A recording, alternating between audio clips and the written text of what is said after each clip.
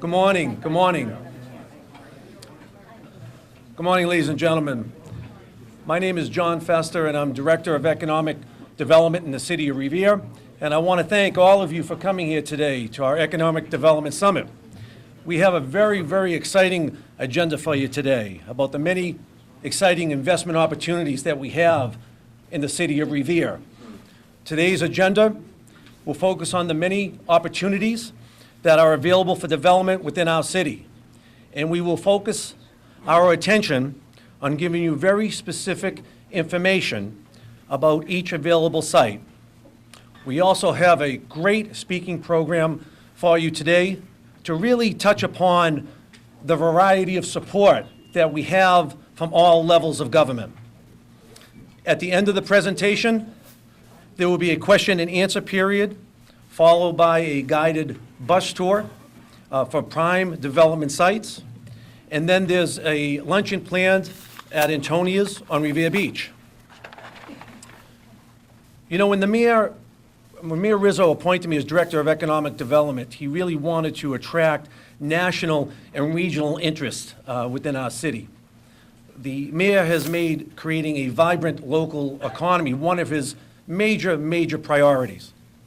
We believe that Revere is on the cusp of greatness, and in order to realize our potential, we need to facilitate public-private partnerships. As a coastal community with a deep history as home to America's first public beach, we have much to offer in terms of development opportunities. My department's goal is to work hand in hand with possible investors such as yourselves to create a viable local economy. Mayor Rizzo is committed to promulgating a business-friendly atmosphere along with a long-term development master plan.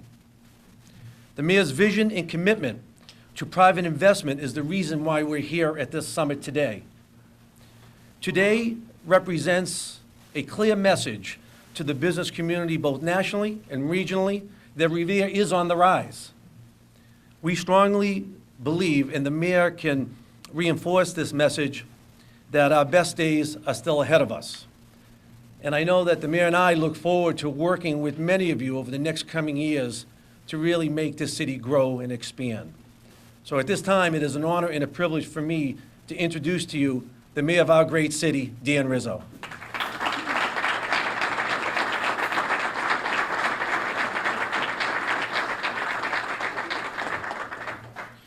John, thank you very much. And thank all of you who have taken the time to be here with us today. We're very excited about this, and I know an awful lot of hard work has gone into putting this program together. I guess starting with my, arguably one of my best appointments, our Economic Development Director, John Fester. John, you've done a terrific job, and really thank you so much. I also want to give a acknowledgement to some other people involved, CDM Smith, Bob Button. Bob, wherever you are, thank you very much for your help, Bob. John Doherty, John, thank you. Kate Blackford, she's here somewhere. Kate, thank you for your support and your help. Paul Rupp, our economic development consultant, who really, without him, I'm not sure how we would function up here in our economic development world. So, Paul, thank you for your help and support as well. And I guess before I say just a few brief words, I just would like to acknowledge, and some of these people actually will be speaking, but I do want to acknowledge some of our elected officials and other dignitaries that are here with us today. I'm going to start as I have them here on the sheet. We've got State Representative Kathy Reinstein. Kathy, thank you. State Senator Anthony Petroselli. Anthony, thank you. Our Congressman, Ed Markey. Ed, thank you very much, Congressman. Speaker of the House, Bob DeLeo. Still with us. Past Senate President and good friend to the City of Revere, Bob Travellini. Bob, thank you so much for being here. Our City Council President, Richie Penta. Richie, thank you. City Councilor at Large, Anthony Zambuto. City Councilor from Revere, Ward 5, John Powers. David Surface, who's on the Board of Selectmen in Georgetown, Mass. David, thank you. And the Commissioner of the DCR, who really does an awful lot with the City of Revere, maintaining our beach, and he helps us out so much. I'm so grateful he's here. Ed Lambert. Ed, thank you so much.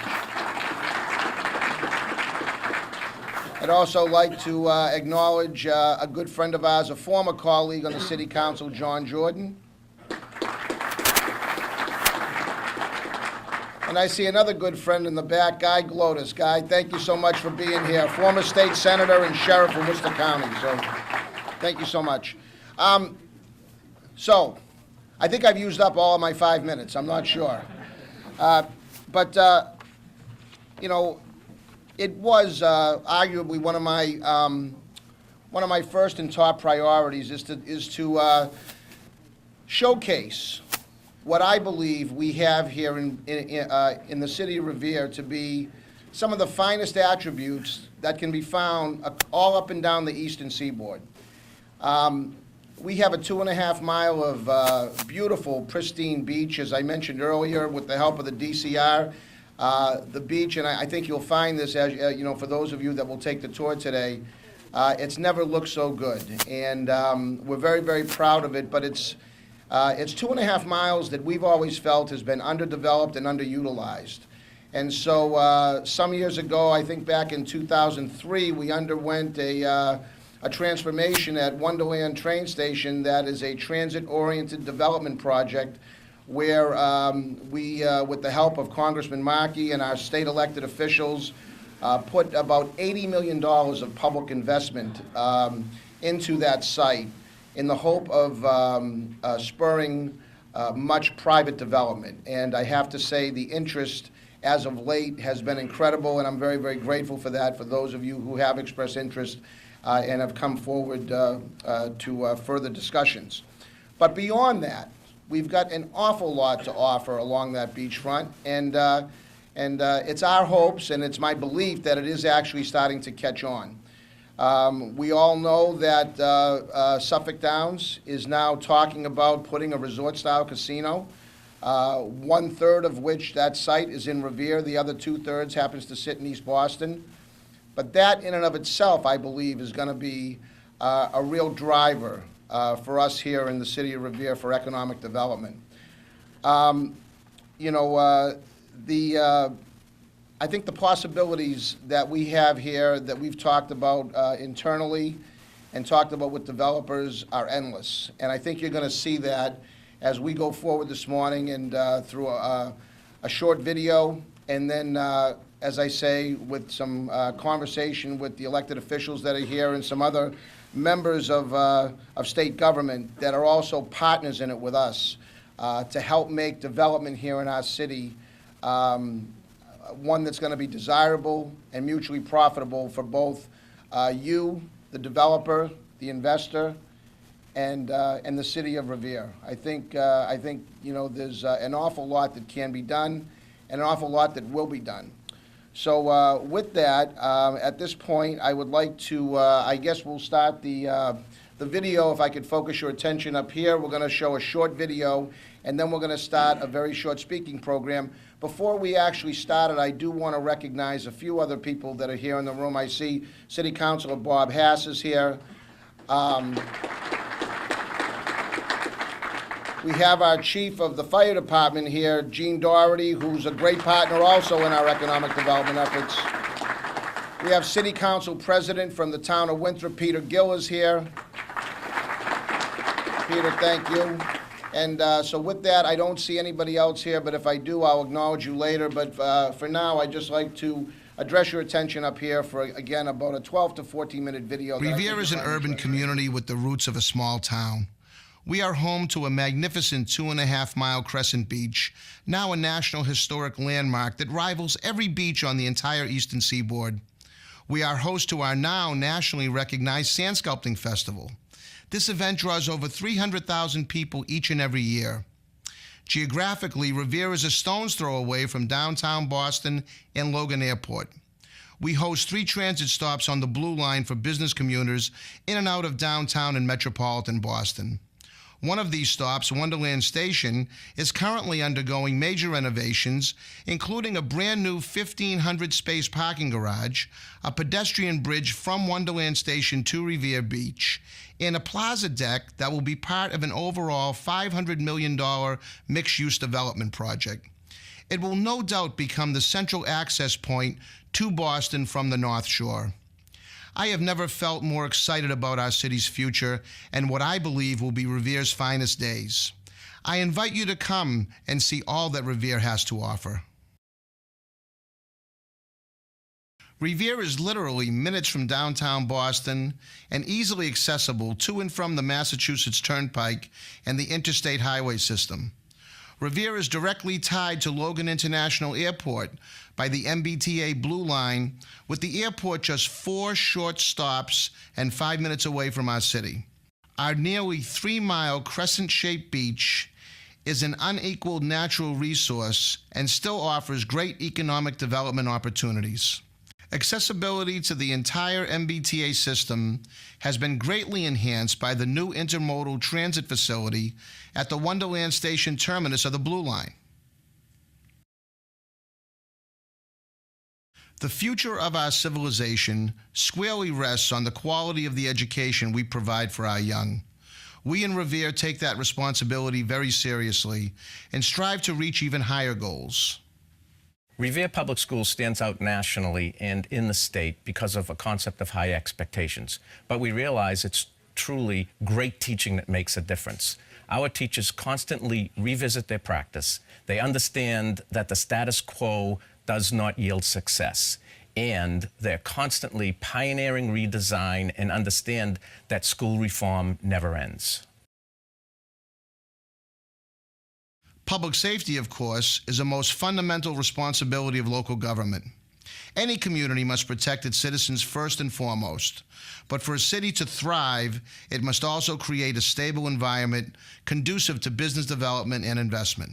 We have a public safety facility that we share with the Revere Fire Department, and it's a pleasure to come to work in a facility such as this. We employ the LESO, which is Law Enforcement Support Office through the federal government. It provides us everything from armored Humvees to boats to boots, weapons, clothing, and other various equipment, again, at no cost to us. The LESO program is a very popular program. We're very proud to be part of that. I'm committed to maintaining a quality of life standard to be enjoyed by all citizens of the city of Revere through my men and women.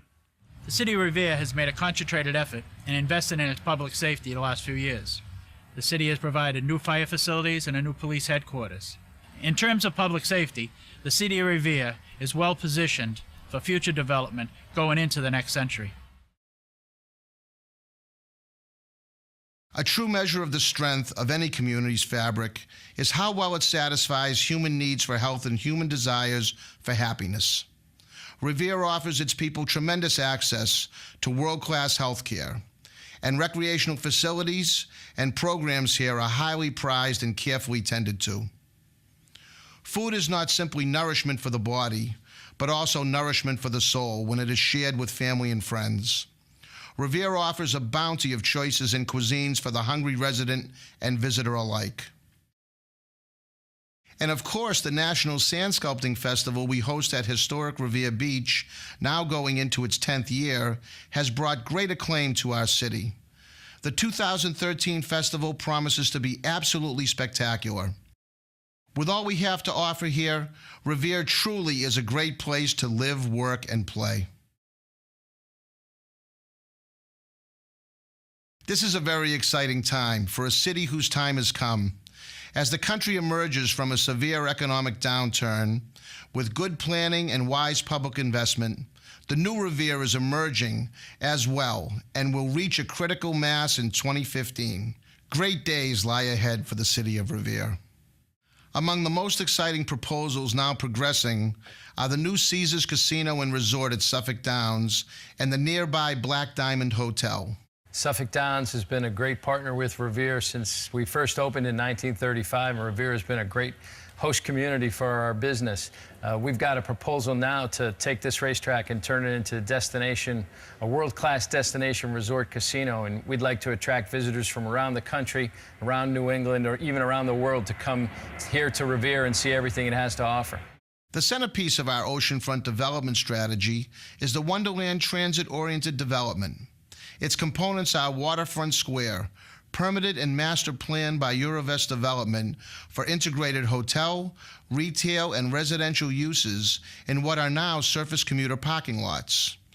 This mixed-use development will emanate from the new Wonderland Intermodal Transit Facility, the new MBTA garage, the plaza and pedestrian bridge linking the intermodal transit facility with the beach through the heart of the private development, and a new DCR operations center with public amenities. Here is a look at our progress on some of these components right now.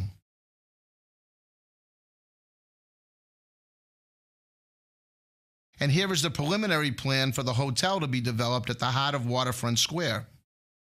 At the other end of Revere to the north lies Overlook Ridge, a major master plan development in a reclaimed 100-acre quarry straddling the Revere-Malden city line. This project, now built out to the 30% level, represents an innovative joint partnership in planning and oversight among both cities. Developer Matt Calley of New Jersey is set to break ground on a new 350-unit building here next month. And we're certainly not neglecting our downtown core. Plans are rapidly moving to the construction stage in our Broadway revitalization project. This project will serve to support many existing small businesses and encourage new ones to locate there. Of course, to keep growing and to maintain economic development momentum, we need to keep working and planning for future infrastructure investments and improvements, most particularly in the area of transportation. A major priority for Revere is to create a new commuter rail stop at Wonderland with a means for people to transfer easily across the 1,000-feet distance to the new Wonderland Blue Line intermodal transit facility. Not only will this vital link to the north, as far as Newburyport, support our growing travel and tourism trade, it will also facilitate thoughtful, highest and best reuse of this 34-acre site, former home to the Greyhound racetrack. Revere hopes to take a lead role in making another transportation project a state priority, providing a needed regional traffic improvement in the nearer term. The improvement and widening of Route 1 along a 2.5-mile stretch through Revere, Malden, and the town of Saugus will eliminate a horrible bottleneck and facilitate growth throughout the entire northeast Massachusetts region. Lastly, it is a dream of mine to recreate the old ocean pier at Revere Beach to provide water transportation and waterborne recreational options once again at our historic beach. We have now begun to explore the feasibility of such a project with our partners at the state level. Nothing Revere has achieved thus far, and nothing we hope to achieve going forward, comes about without the strong support of our partners on the federal and state levels. We are very fortunate to have committed partners and advocates among our congressional and state legislative delegations, and in a state administration that creatively promotes economic development. We look forward to working in cooperation with them again as we seek to capitalize on our yet not fully realized economic development potential. Revere is all about three things: location, location, location. 5 minutes from Logan Airport, minutes more from downtown Boston, 3 rapid transit subway stops, and access to the highways that can take you to any part of Massachusetts. It is all there in Revere. I've been able to secure $58 million worth of federal funding for the redoing of the entire Wonderland Station area. The same thing is true for the state delegation led by Speaker DeLeo and Representative Reinstein and Senator Petroselli. It's all there, a team committed to working closely with Mayor Rizzo to ensure that Revere becomes the new place where economic growth is given a premium, it's given incentives, it's part of the future, which is going to make Revere a very special place. Well, Governor Patrick and I are very excited to be supporting what's happening in Revere. It really captured a vision for how to create private investment and economic activity there. We've been trying to help by providing public investment, whether it's cleaning up the beach or the new transportation infrastructure. But we're excited by the opportunity because we think the public investment is soon going to be followed by a lot of private investment as well. Revere is a wonderful place. It's filled with, obviously, cultural diversity. It's a beautiful seaside community. One of the few cities that has a beautiful ocean, the oldest public beach in the nation, I think, which is just such an added feature that makes Revere a special place. And it's a community which is on the move. You only have to look at some of the latest economic development to see that. That Revere is a great place to live, it's a great place to work, and it's a place that's growing by the day. I hope you have enjoyed this preview of the new Revere and found it informative. I sincerely hope you will examine the untapped opportunities that can still be found here. I'm excited about Revere's future and invite you to become part of it. Thank you.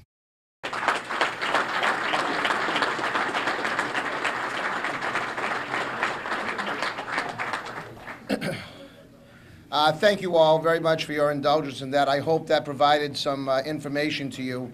As I said earlier, and I think we heard some of that in the video, the City of Revere is a very willing partner in this effort to grow our economy here.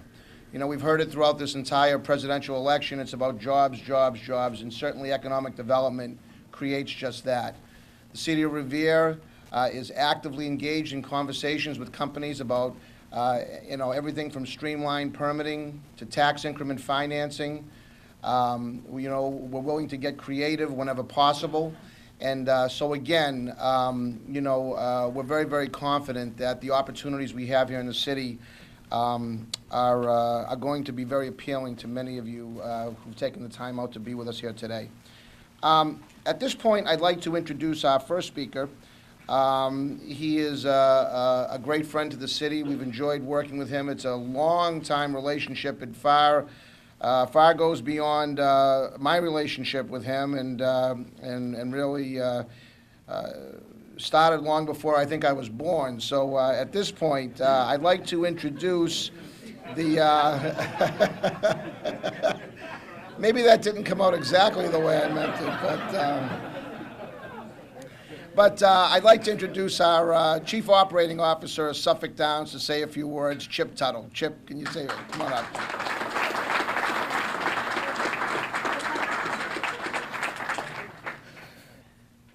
I'm not even 50.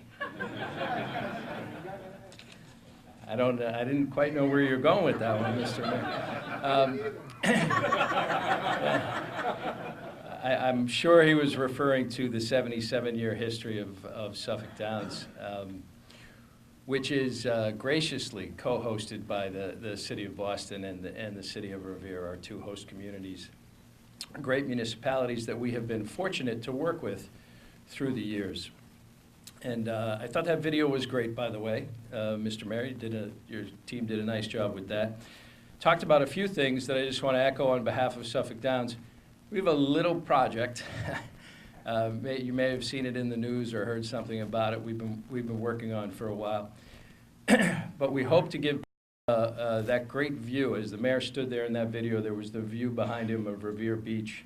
And that's a view that, as we looked at our project, we hope to offer people. We hope to offer guests from around the Commonwealth and around New England and around the world that view of Revere Beach from the Caesars Resort at Suffolk Downs that we introduced this summer, that concept that we introduced this summer. The mayor spoke about investment. We're preparing to invest $1 billion in the local economy to create over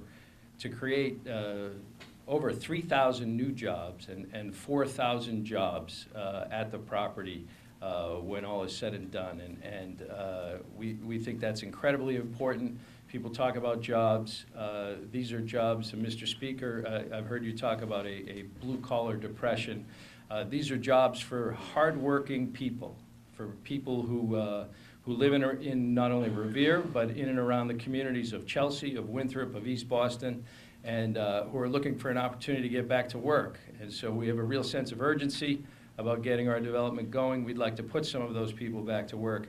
And obviously, more people working in the community has multiple benefits for the community and for the economic development of the community. It'll also be a great source of revenue locally. Clearly, we're talking to our host communities of Boston and Revere about host community agreements and what goes into those.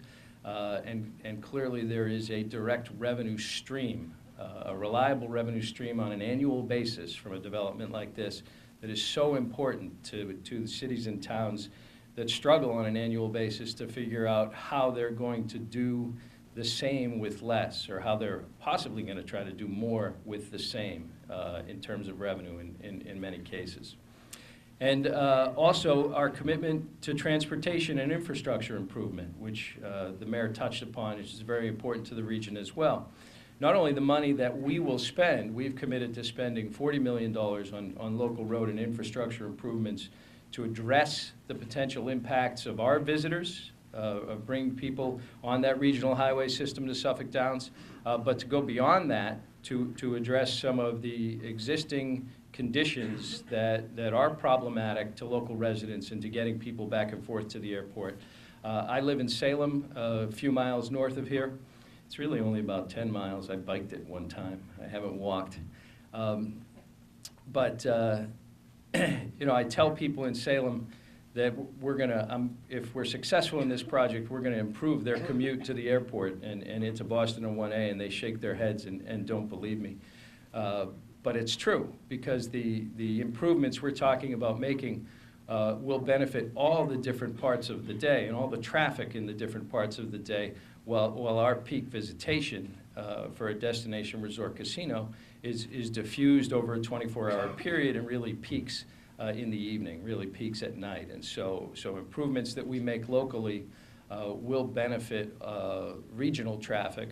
And as we make those improvements and we look at things like the potential widening of Route 1, we're hoping that we want to be at the table. We want to seat at the table for that discussion. We want to be part of that. We're hoping that our project may be a catalyst for some additional larger regional improvements. The people of Revere have been great friends and partners of Suffolk Downs for years.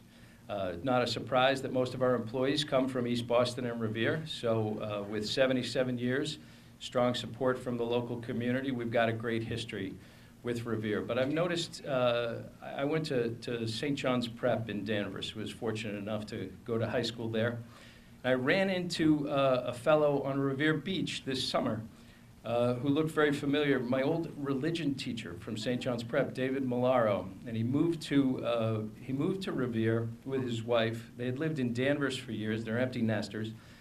And I bumped into, I call him Mr. Malaro still, I bumped into Mr. Malaro on the beach, and he was telling me what a great experience it was, that they had never, you know, they bought a condo on Revere Beach, how much they love it, how much they enjoy it. They walk the beach every day. They're all excited about our project. I know that's anecdotal, but that kind of feedback is great about the city. It really is. And I think it's a window into to some of the things that you talked about, Mr. Mayor, about the community and the benefits that it has to offer. New people coming in who are excited to be here. And finally, the elected officials, the local officials here, the city team, the team that the mayor has put together, John Festa, Frank Strengy, the chief Doherty, and everybody else. It has been a pleasure as a developer to work with the city on our development. We are welcomed. There's a constant dialogue. You know, we talk literally weekly. And sometimes more than that, John, I know. But as we are trying to move this project forward, we feel like we truly have a partner in the city of Revere, and we look forward to a long and fruitful partnership. So thank you.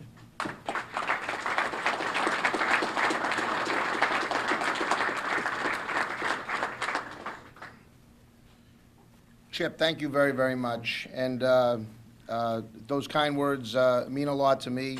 It's something we strive for here in the city, to be good partners. And that's how we look at ourselves when we deal with people looking to invest in our community. I'm also glad that you recognize somebody that I failed to mention, Frank Stringy, our city planner. Frank, you do a great job wherever you are. Thank you. So at this time, our next speaker is the Dean of the New England and Massachusetts Congressional Delegation. He is the 9th most senior member of Congress and the 7th most senior Democrat. He is a trusted confidant and advisor of Nancy Pelosi and is a leader in Washington on the most important issues confronting our nation's economy. His work on clean energy, telecommunications, and healthcare policy has been critical to our nation's dominant standing in the global economy and has been invaluable to the innovation economy that defines our state. He is the ranking member on the Natural Resources Committee and a senior member of the powerful Energy and Commerce Committee. He has worked tirelessly to bring every federal dollar he can to our community, whether it was the resanding of Revere Beach after the blizzard of 1978, securing millions of dollars for the new parking garage at Wonderland, or getting a $20 million Tiger grant for a new plaza deck and pedestrian bridge. He has always fought passionately and successfully to improve the quality of life for our residents here in Revere. Ladies and gentlemen, it is a privilege and an honor for me to introduce my good friend, our good friend, Congressman Ed Markey.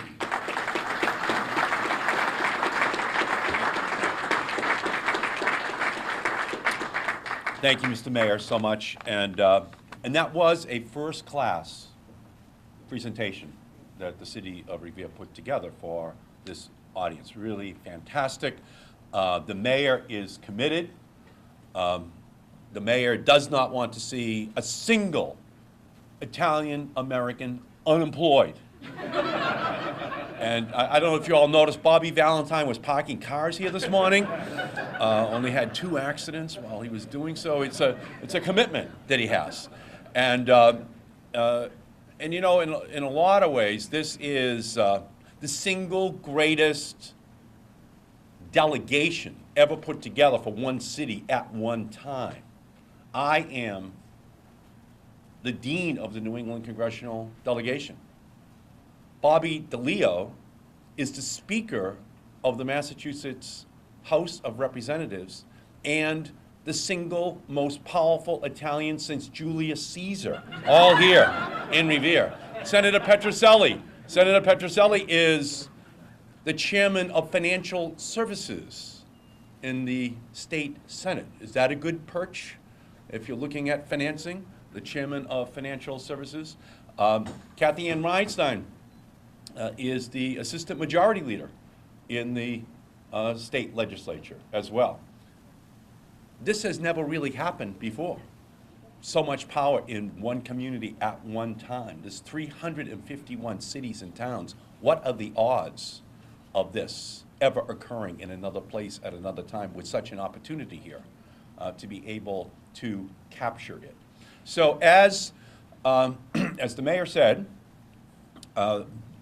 we have worked as a team between $75 and $80 million who have been able to bring to the city in order to pretty much reconceptualize the Wonderland station and the beach access from that position. The garage is about as modern and beautiful as can be imagined. The plaza and the iconic pedestrian bridge that's going over to the beach is with the pedestrian bridge designed to be identical to the Zakim Bridge, but will capture kind of the magic of that beach, which the mayor pointed out is the first public beach in the United States in about 1892. It was the very first public beach. All the beaches were private property all along New England.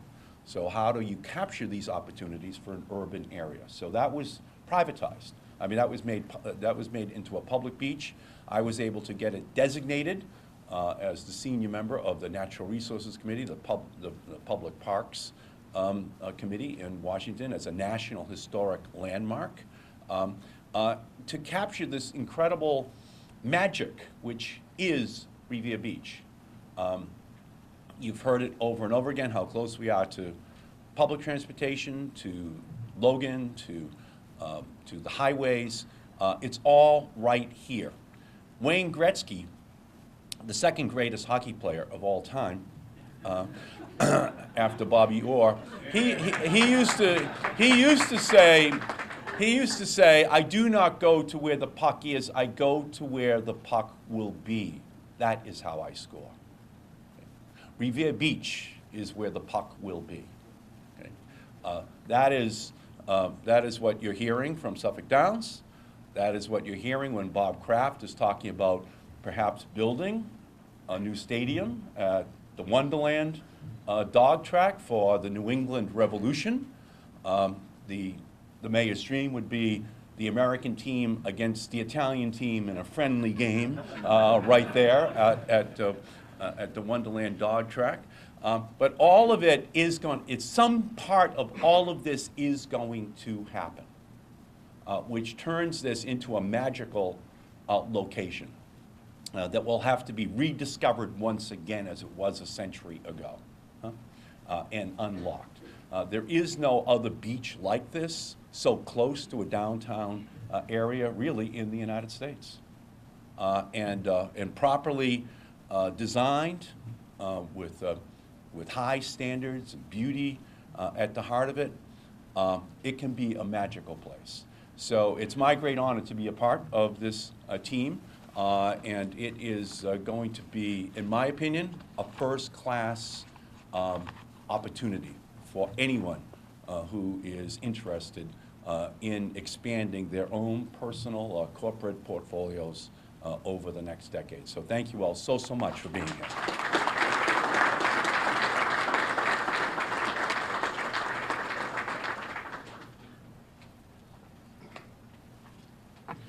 Congressman Mackey, thank you very, very much. I have to say, just before I introduce our next speaker, I just want to say how fortunate I am to be mayor of the city, not just because it happens to be at this time in our history, but very fortunate to have the working relationship that I have with our state and federal delegation. It really, I just can't tell you how lucky I feel. I know that is not the case in many different communities, but we work together, and it really, I know I've said this, has probably become overkill at this point, but it really is a team effort that we have assembled here in our community, and I'm very grateful and proud of that. Our next speaker, he has represented the 19th Suffolk District, including the town of Winthrop and a portion of the city of Revere, in the Massachusetts House of Representatives since 1991. He's a graduate of Boston Latin School and holds a Bachelor of Arts degree from Northeastern University and a Juris Doctorate from Suffolk University Law School. He became Speaker of the Massachusetts House of Representatives on January 28, 2009. Starting from his acceptance speech, where he vowed to target House rules, ethics, transportation, and pension reform, he has set the House on a path to true reform. Within 100 days of assuming his speakership, the House passed sweeping reforms in each of those areas. Recently, he joined his colleagues in overwhelmingly passing expanded gaming legislation, which is going to bring thousands of jobs and a real stream of revenue to our communities and throughout the Commonwealth. And it is my great honor and privilege to introduce my friend, Speaker of the House, Bob DeLeo.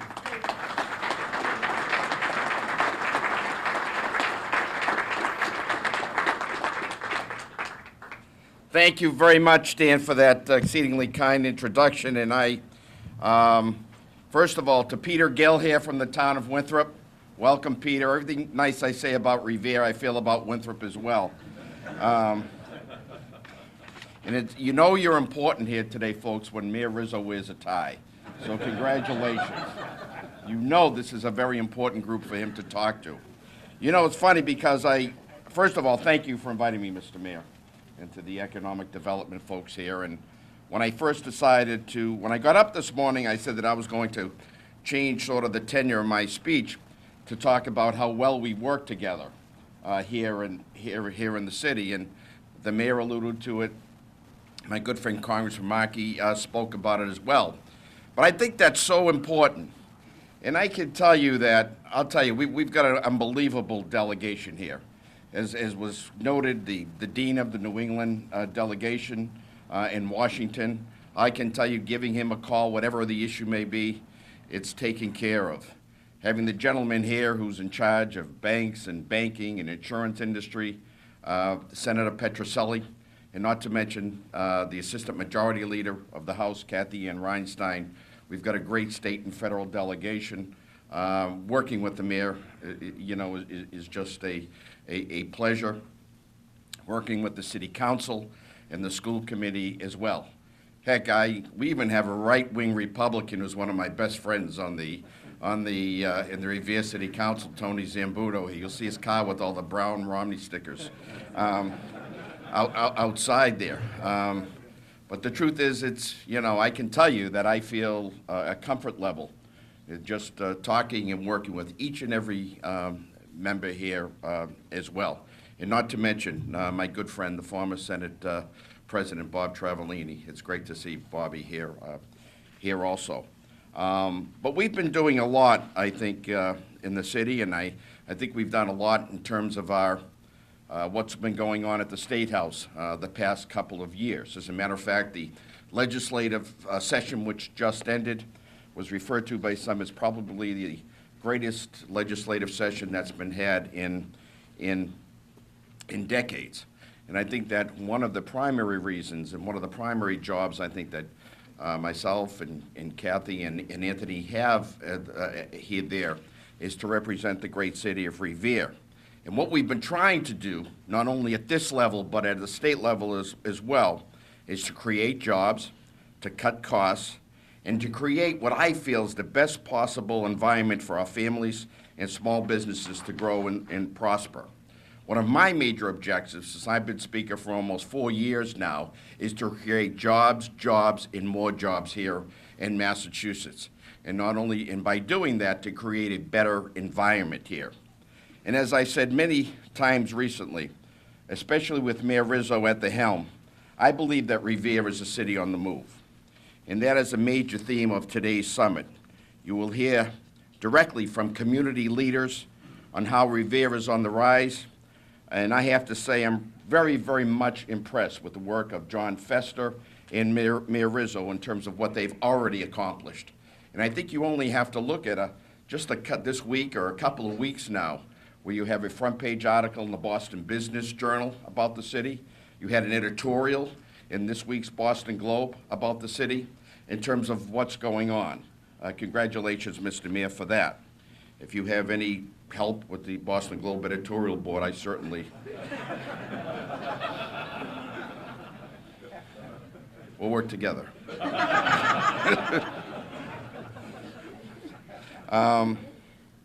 But Revere, like many other cities across this Commonwealth, is full of small businesses and hardworking men and women searching for an opportunity.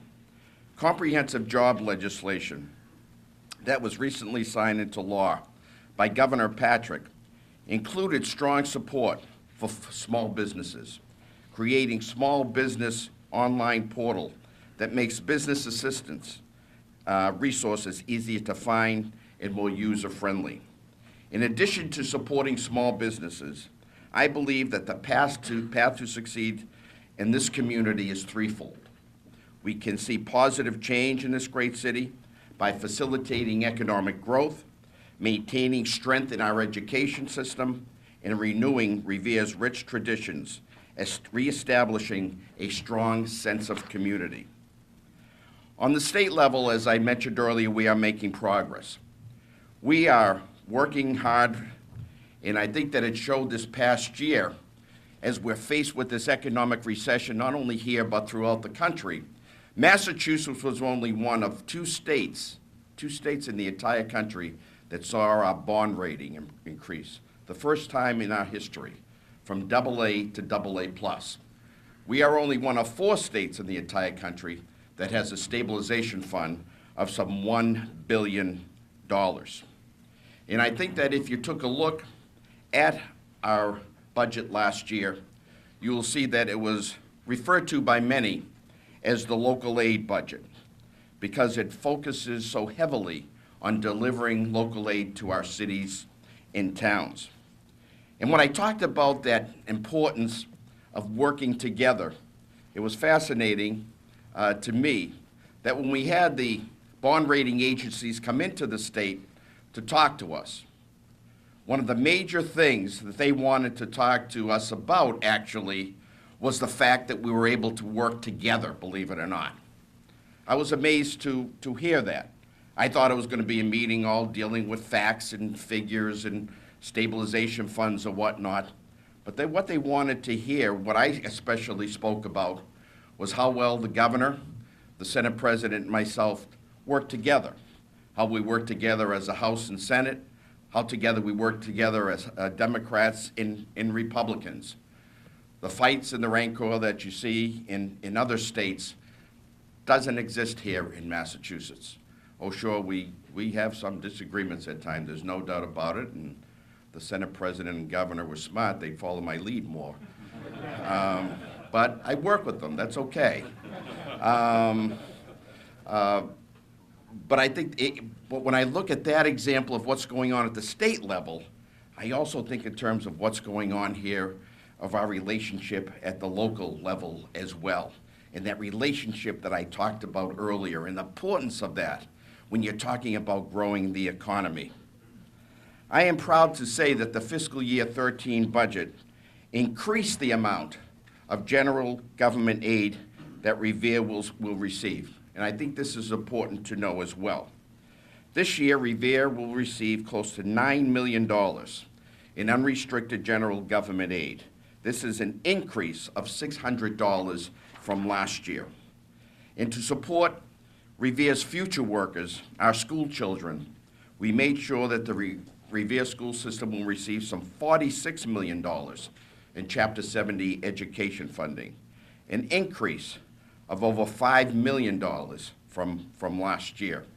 And I think, as the superintendent of schools had spoken about earlier, I think if you take a look at the MCAS scores of what the city has produced, I think you will find that Revere fares very, very favorably with other cities of like population and whatnot, in economic growth than any other city in the state.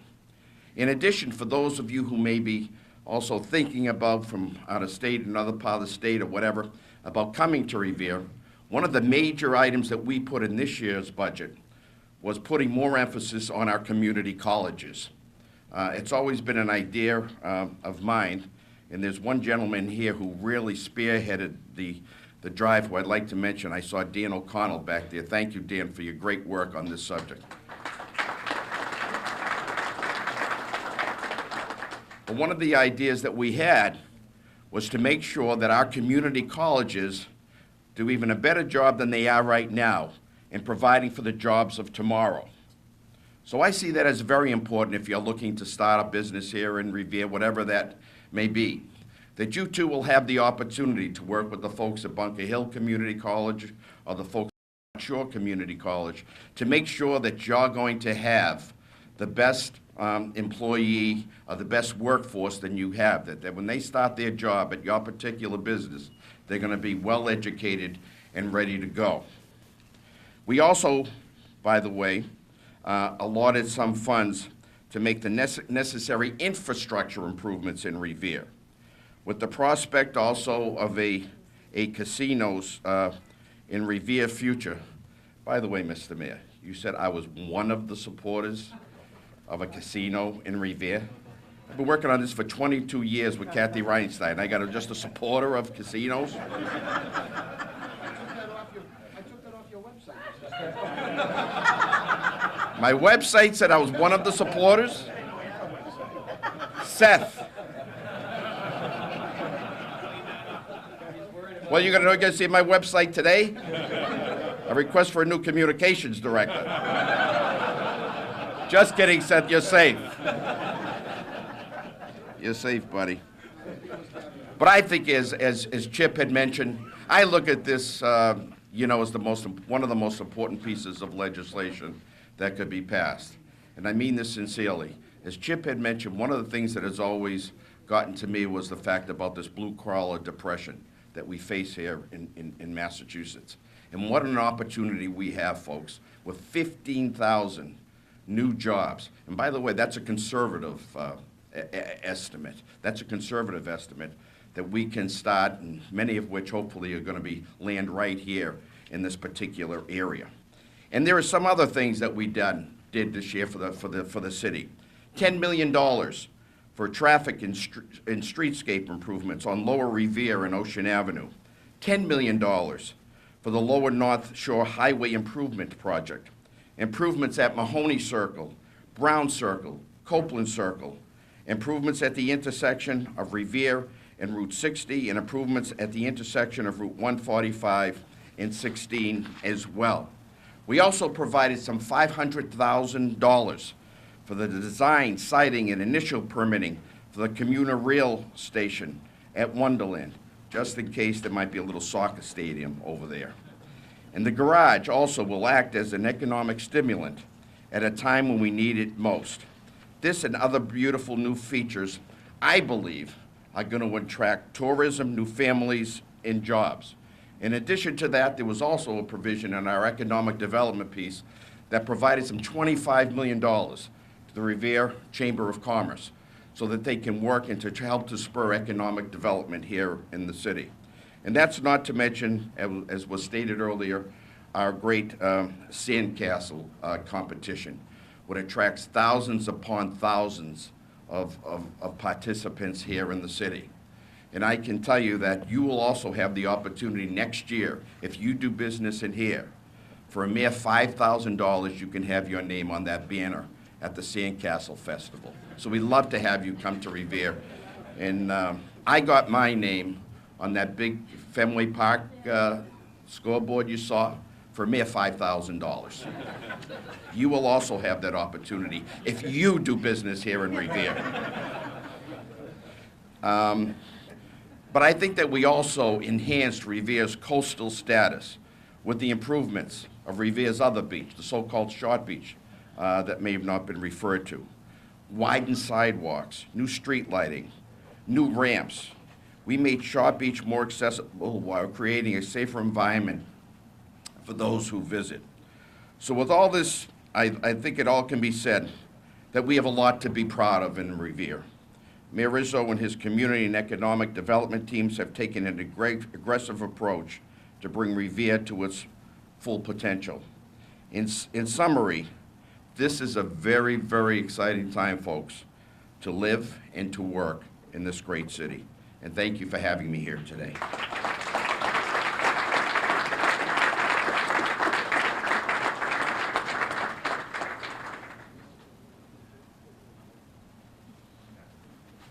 Mr. Speaker, thank you very much. And we'll have coffee tomorrow if you want. I can kind of fill you in on what, the globe and all that stuff you were talking about. Okay, so, Thank you, I appreciate that, I need that.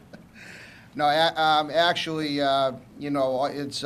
it's obvious that the Speaker has a great sense of humor, but, he's a very serious guy when it comes to taking care of our city and his constituents and really our state. So again, Bob, great job, and thank you for all you do for our community, and we're very grateful. I just want to recognize somebody before I bring up our next speaker. He's a good friend of mine. Actually, in some ways, has been a mentor since I took office 10 months ago. And just a very, very, very bright guy. I've really learned so much from him, and that's the city manager from the city of Chelsea, Jay Ash. Jay, thank you so much for being here. So our next speaker is a very good friend of mine. Since he trounced me in an election for state senate 5 years ago, we have ironically become really, really good friends. He replaced outgoing Senate President Robert Travellini, who again, Mr. President, thank you for all that you did in helping the city of Revere during your tenure with all of your economic development initiatives and help in bringing money to our community and investment into our community, really. Thank you so much, Mr. President, for all you did. You know, our state senator here that represents the city of Revere is following right in line of Senate President Travellini. He is doing a terrific job. He's quickly developing a reputation in the Massachusetts State Senate as somebody who is, you know, somebody that is quickly rising in stature in the State Senate. He, as Congressman Markey alluded to, he's the chair of the Joint Committee on Financial Services. Great thing for us here in the city. He, as I say, he served in the Massachusetts State House from 1999 to 2007, became a state senator in 2007, and has served several communities, one of which is the city of Revere since that time. He's also the vice chair of the Joint Committee on Consumer Protection and Professional Licensure, and it is my pleasure and privilege to introduce my good friend and our state senator, Anthony Petroselli.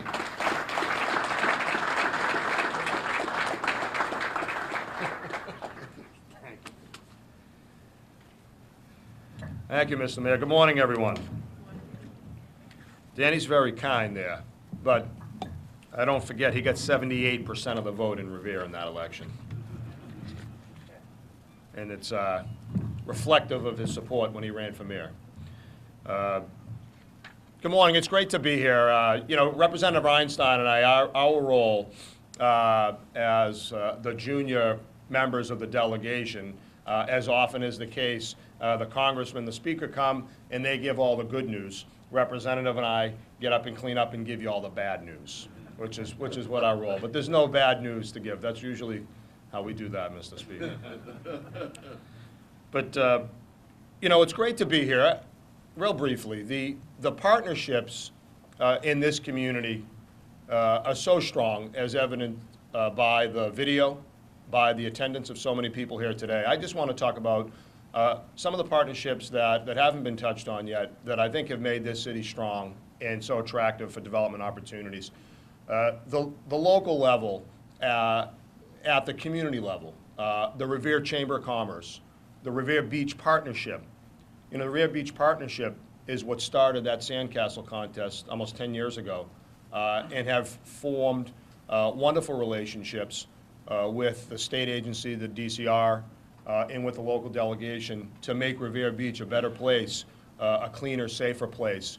The hanging plants all along the beach that make it look nice. The Revere Beautification Committee.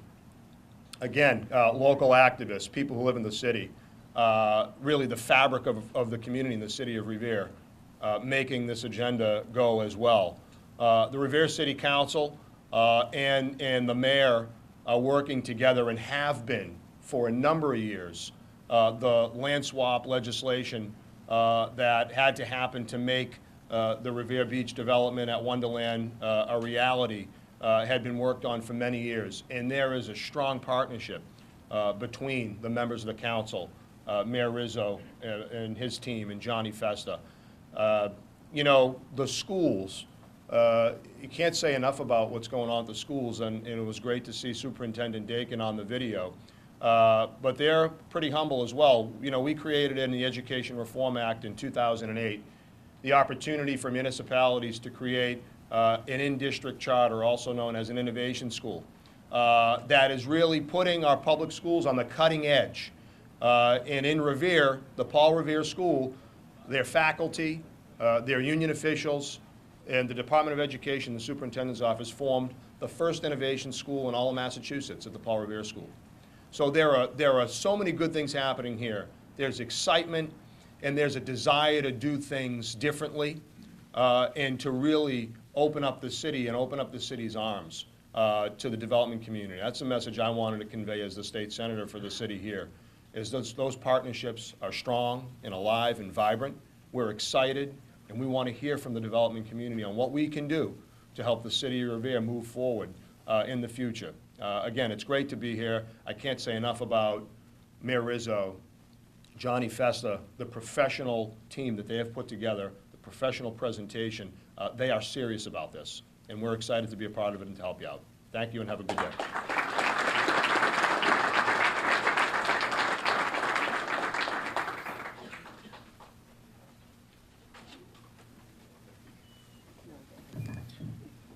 Senator, thank you very much. Our next speaker represents the 16th Suffolk District, which includes Revere, Chelsea, and Saugus. She has the distinct honor of being the first woman elected as state representative from her district and is currently in her 6th term. She succeeded her father, the late William G. Reinstein, in the Massachusetts House. She was appointed by Speaker DeLeo as a House Division floor leader in February 2009. She currently serves on the House Ethics Committee. She's a graduate of Revere High School. She attended UMass Amherst and completed her undergraduate studies at Suffolk University, receiving a Bachelor's of Science degree in Public Relations and Organizational Communication. She received a Master's of Arts degree in Political Communications from Emerson College in 1997. She is also one of the people behind the driving force to pass this expanded gaming bill in the state of Massachusetts. I'm very pleased to honor my good friend, our state representative, Kathy Ann Reinstein.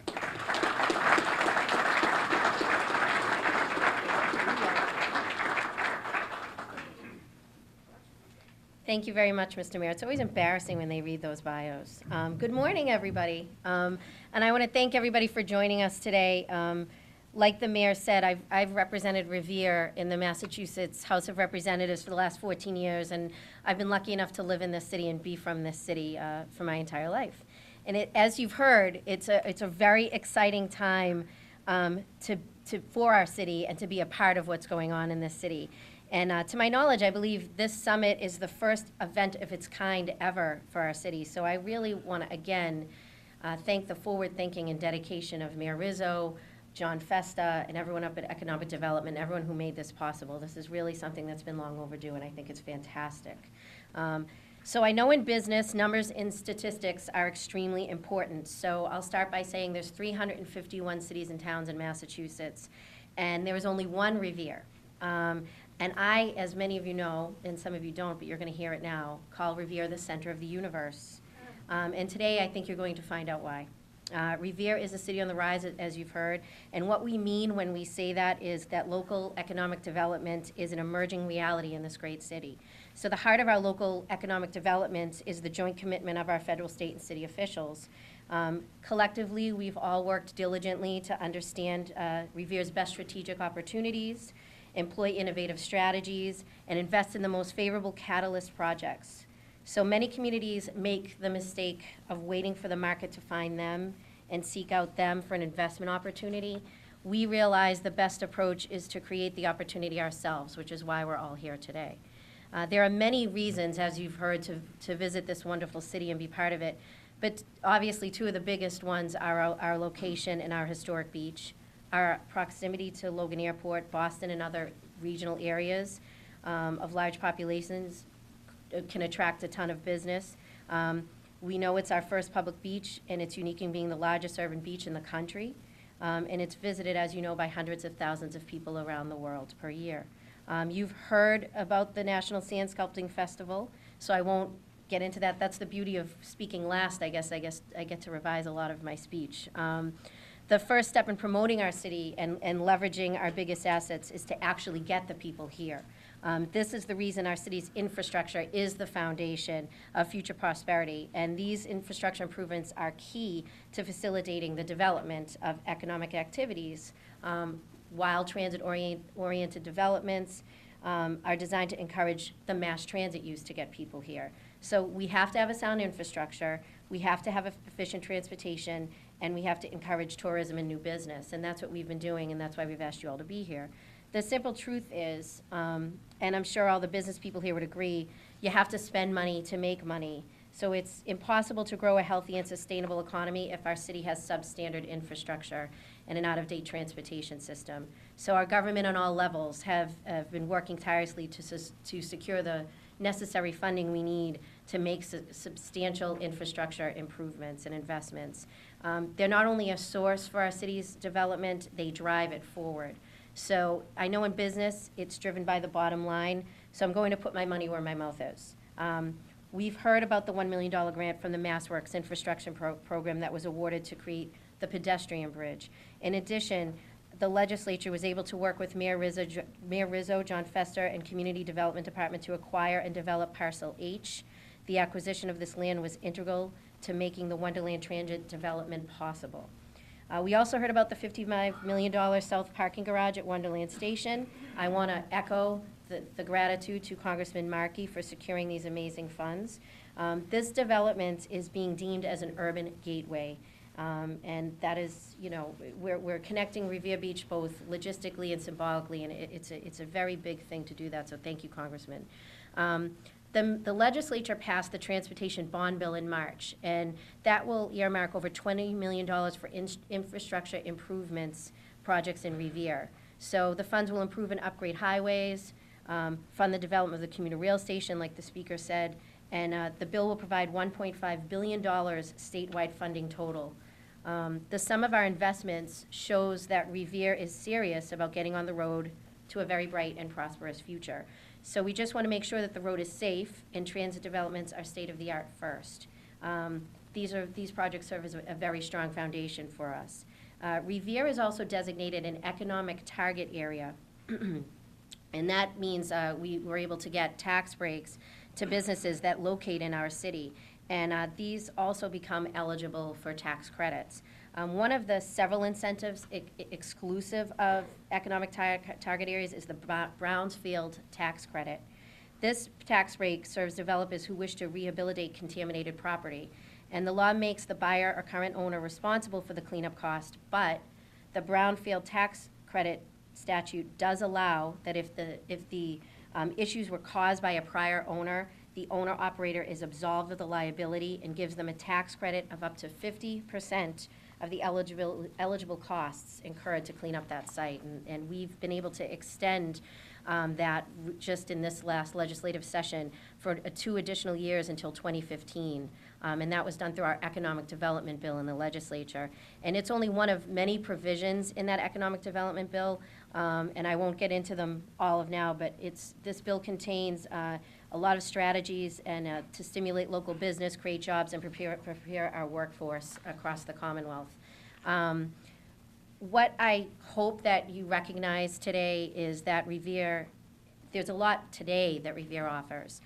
What we're telling you is not contingent on potential, and I'm proud that myself and our delegation were instrumental in passing expanded gaming in Massachusetts. And this legislation will provide thousands of long-term jobs and generate hundreds of millions of dollars. And any town that is granted a casino license, and I'm hoping it will be ours, is sure to benefit tremendously. And I know that that point has been very well illustrated here today. A prospective casino is without a doubt an exciting idea for our city, but I really want to stress here today is that Revere is being seriously considered as a host community. Not only it's attractive for their business, it should be attractive for many businesses. So what exists right now in Revere, even before a casino comes, is a city with a location in close proximity to huge markets, a brand new infrastructure and transit developments to make our city easily and efficiently accessible to those markets and the surrounding regions, policies that have been enacted to create an inviting, competitive environment where job creation and business can flourish. And we have a federal, state, and local leadership who carry sustainable development principles here.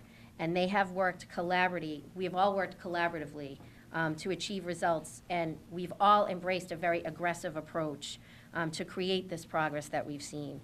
So I assure you our leadership on all levels is committed to advancing Revere, and we will always remain proactive in this city. So the information I shared with you today represents the reasons for our city's success and why it's an emerging reality right now. I again want to thank Mayor Rizzo and John Festa and everyone who put this together today. I want to thank everyone in attendance for joining us at what I consider the center of the universe. And now is our opportunity to become part of a city on the rise, and that city is Revere. And that time is now, and we are taking off now, and I want to thank you all for joining us today.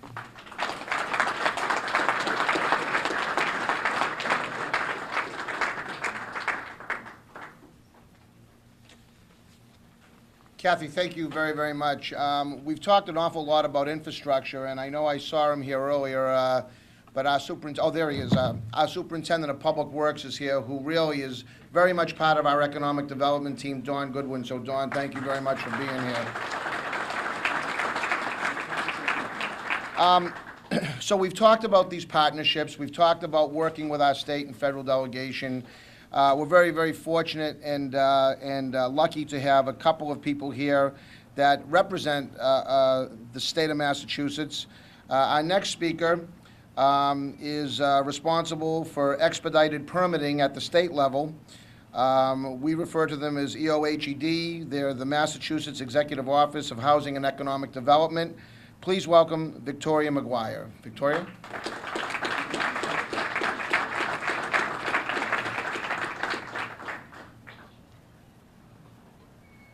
Good morning, everyone.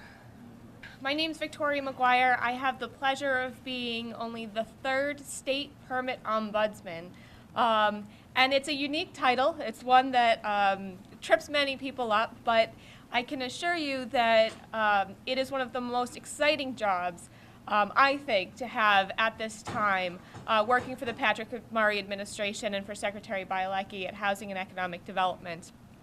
I've been asked to talk a little bit about what we're doing at the state in terms of expediting permitting. But what I want to do first for you is just set the stage and talk a little bit about what we're doing and what our vision is that we've set out at Housing and Economic Development. Kind of set the context, because we're doing quite a lot. And all of those things fit under a very simple umbrella of policies and directives. And it's easy for me to get up here and throw out tons and tons of acronyms and programs, but sometimes that actually tends to get lost, and you'll walk away saying there was some weird number-letter combination that I know that the city can apply for. But what I want to do today is hopefully leave you with the impression that the city of Revere is not only poised and ready to take advantage of a lot of the state's programs, but actually already participating in a lot of the state's programs and fits very well into some of our initiatives and our directives that we're trying to advance. So I'm just going to set the stage a little bit by talking about the Economic Development Plan that was released in 2011, at the very end, December 2011. This plan is a really unique plan, and it's up online at mass.gov/compete. And one of the greatest things about it is it brought together stakeholders from all realms, educational fields, the state, the legislature, local representatives, and it set out 55 action plans. And those 55 action plans about what the state can be doing to advance our economic development within the state have individual people with names, phone numbers, and email addresses associated with them.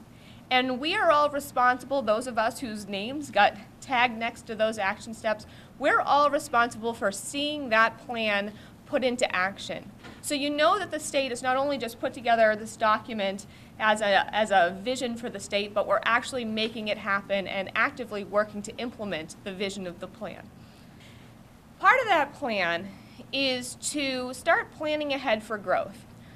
Since 2007, the Patrick Murray administration has set out to identify, create, invest, and market areas within the state that are prime locations for economic development and housing.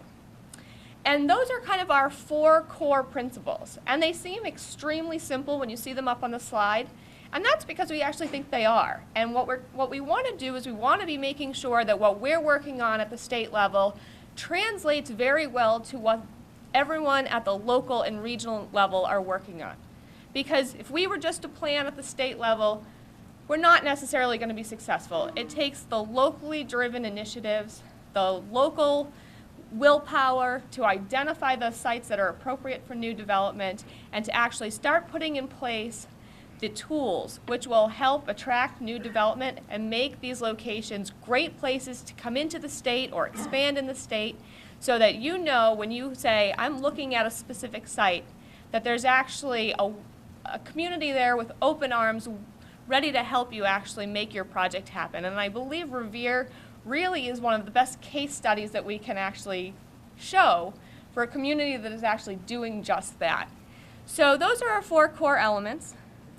And within those 4 core elements is the alphabet soup of all the programs that I told you I wasn't actually going to throw at you today. I'm going to highlight just 3 specific ones. It's a little easier if I'm clicking, my apologies. So the 3 things that I want to just touch on today, and I'm going to give you a very broad overview, are our new initiatives related to increasing housing, the suite of programs related to expedited permitting, and the MassWorks infrastructure program. So the first program I'm going to highlight for you today is the 43D expedited permitting program.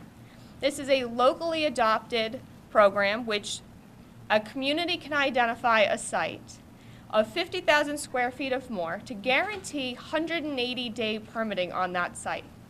If you find a 43D site, and there are 169 throughout the Commonwealth, if you find a 43D site, you know that community has committed to seeing those permits advance within 180 days. It has been remarkably received across the state. We've had many success stories, and I'm pleased to say that Revere is one of the adopters of 43D already. It is a way for communities to send a signal to the business and development community that we want to see something happen. We've chosen the sites that we see are really our greatest potential, and we're willing to work with you to make sure that on the local end, everybody is coordinating amongst each other. All of the different boards, all of the different commissions are working together in order to see your project move through smoothly and have a single point of contact in that community that you can go to with any questions that you have. So what we did is we said, okay, that's been a fantastically successful program. What can we do to continue increasing our focus on these real shovel-ready, great development sites? And we've done that in 2 ways. One of which is the Growth District Initiative. The Growth District Initiative is a fairly limited, actually, category of sites within the state. We only have 20 at the moment. It's at the discretion of the Secretary of Housing and Economic Development. And Revere Waterfront Square is actually one of our growth districts. And what that program is designed to do is to bring attention to really fabulous sites throughout the state that are large-scale opportunities for new development. And what it does is it helps the state focus, so all of our agencies throughout the state know that these are prime areas that have been identified that we want to see something happen. So you know you'll have an increased level of coordination, not only at the local level, but also among the state partners who can help to make the projects happen. Building off of 43D and the Growth District, the legislature in the Economic Development Bill of 2010, just real quickly, I'm going to talk about the right side of the slide. So the legislature in 2010 said, well, the 43D program has been extremely successful. The Growth Districts program, we believe, has been very successful. How do we combine those two? What can we be doing more on a state level to guarantee expedited permitting? And pretty much in an unprecedented manner, the state agreed through the legislation to guarantee 180-day permitting on sites that are both growth districts and locally adopted 43D sites. There are currently only 11 in the state because we're starting only from a pot of 20 because it has to be a growth district.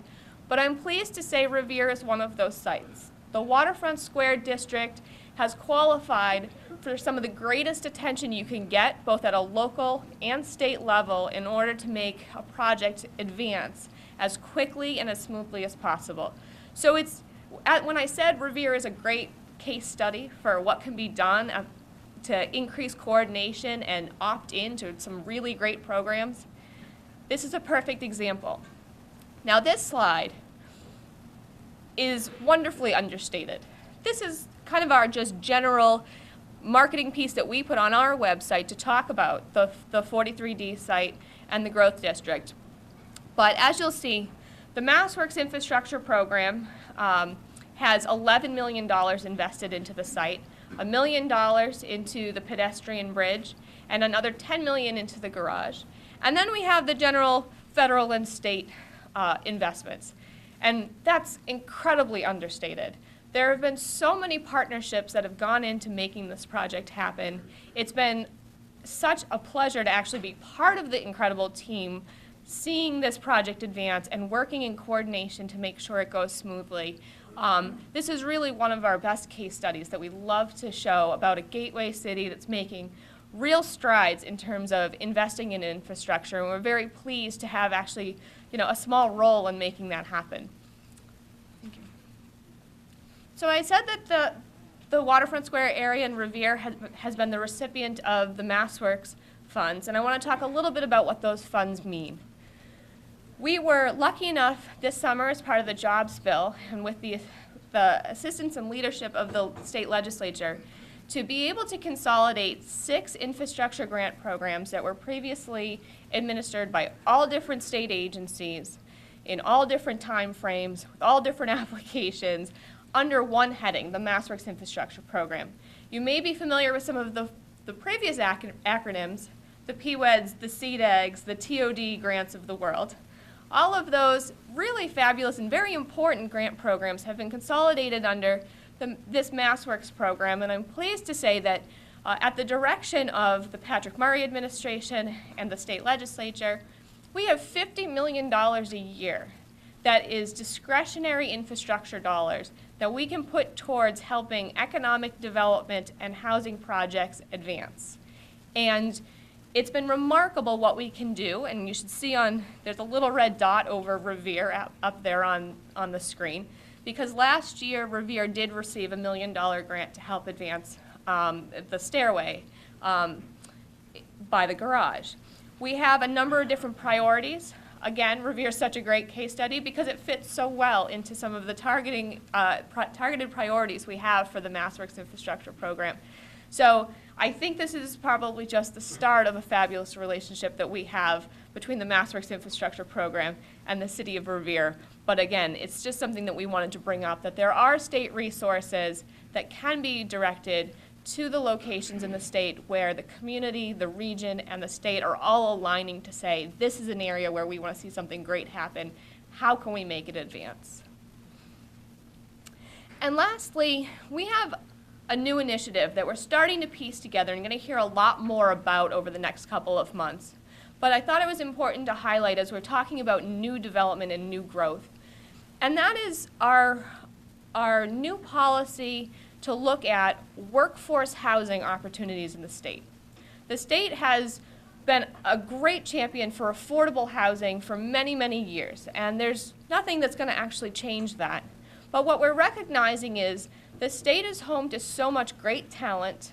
We've got so many great universities, and we need to make sure that we have the housing that's available to keep all of that talent and retain our workforce so that we can continue to compete and we can continue to attract the businesses that are looking for our specialized talent that we have here in the state. So while this is a pretty general slide right here, you're going to hear more and more from us about very specific programs that we're putting in place. It says that we're developing a toolkit. I've been reminded that we're not developing a toolkit, we're expanding a toolkit. We actually already have plenty of tools, like the 43D program, and it's now expanded as part of the jobs bill to include housing. We're looking for new policies and new directives to help communities not only with their economic development incentives, but also to start focusing on that workforce housing, which is reasonably dense, reasonably located, and reasonably priced housing that will help us both attract the talent and retain the talent that makes our communities and our state such a great place to live and to work. And one of our last slides that we always need to mention is making sure that we're getting the balance right. Everything that we are working on in housing and economic development is very closely coordinated with our partners at Energy and Environmental Affairs, at MassDOT. We cannot be doing these things in a bubble. We wouldn't be very successful. We'd run contradictory to each other on many occasions, and we would end up in a gridlock that wouldn't be helpful to communities, regions, or the state. So we've really made great strides in coordinating amongst ourselves. So if you come into the state with a program, you can be reassured that we're all talking amongst each other. That was one of the best parts about consolidating the MassWorks program, is now we all work together to give out grants rather than doing it piecemeal and making everyone run from one agency to the next. And so all of our policies really do focus on getting that balance right. So I will leave you with just kind of reiterating our very broad strategies for helping to support economic development throughout the state. We're looking to identify the great places to grow. We're looking for communities to help put in place the policies to support that growth. The state wants to be a partner and help invest in the infrastructure needed to support the growth. And lastly, we want to be doing great things like is being done here today. We want to market those fantastic places and those communities that are welcoming new development with open arms. Thank you very much for having me today.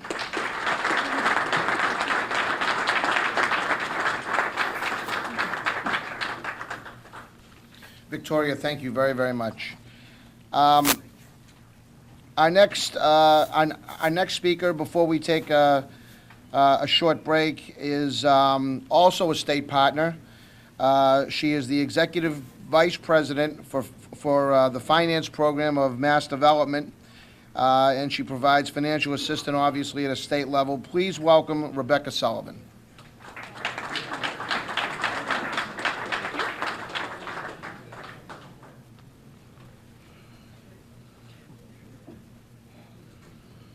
Thank you for having me today. I'd like to thank the mayor and the city of Revere for having Mass Development participate. We have been partners with the city of Revere for many, many years, and we are glad to offer support in all of our programs to people who want to develop within the city. So just briefly, for those of you who don't know who Mass Development is, we are the state's quasi-economic development agency. We basically offer financing, incentives, and tools to projects without the state. And we do this in 3 different ways: by offering tax-exempt bonds, by offering loans and guarantees to projects, and then also offering planning and real estate development services. And just to give you a little size and scope, last year we issued about $2.2 billion in bonds and did about $45 million in loans. So we have money available that we can put into projects, and we would love to do it here in Revere. So just briefly, I'm going to talk about 4 programs today: tax-exempt bonds, infrastructure financing, which is a type of bond, but we have monies available there, and then also lending for real estate, housing, and mixed-use development, as well as brownfields remediation. So just briefly, tax-exempt bonds are an incentive where you can borrow at 1% to 2% lower than regular rates. So that gives you a great influx into your project. And we can do this for many types of projects: public infrastructure, manufacturing, nonprofits, affordable housing, as well as waste disposal and recycle. And I'm just going to focus on the infrastructure programs today. And so we have 3 types of infrastructure programs. The first is nicknamed I-Cubed. The second is a new program from the Jobs Bill. Thank you. This is available, or it's called the Local Infrastructure Development Program. And then lastly is district improvement financing, which is called TIF in other states, tax increment financing. And I'll just briefly get into these 3.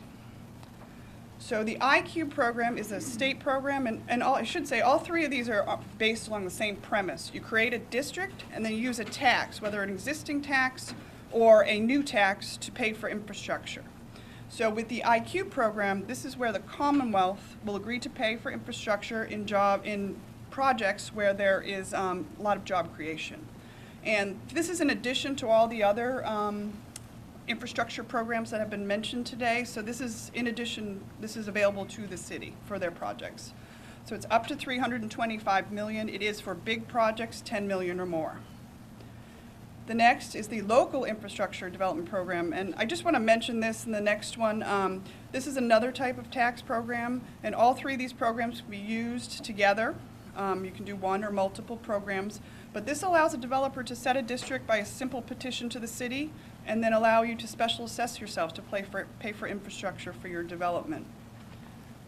The last one is the district improvement financing, and this is actually where you would partner with the city. And it goes kind of hand in hand with the TIF program that was mentioned earlier, but this is where the city would agree to set another district, and then give up incremental property taxes to be able to pay for development and infrastructure. Now, I just want to give brief mention to two other programs. Mass Development has large lending programs from the state. As I said, last year we did about $45 million in loans. These are all geared toward partnering with banks, partnering with businesses. We can go up to $5 million. We usually try to partner with a bank. We'll come in for a participation. We'll give a guarantee. We can get you up to 90% financing, which helps a lot of projects. We can also help lower your interest rate by giving you a little better rates. We can give you flexible terms. So we work with a lot of banks and a lot of community partners to make sure that a project works, and we'll try to get the numbers and the financing numbers to work to make sure you can go forward. And then last, I just wanted to give brief mention to our Brownfields Fund. This works in conjunction with the state tax credit that was mentioned earlier. We can give up to $100,000 for site assessments and then up to $500,000 for remediation, though we can go higher for specialty projects. But basically, we know that it's very hard to get a bank to finance any type of brownfield remediation, and we have this program available that's here to do exactly that. So, in conclusion, thank you. I just wanted to give brief mention to these programs. I know I went a little bit fast, but I'm here afterwards if you'd like to ask questions.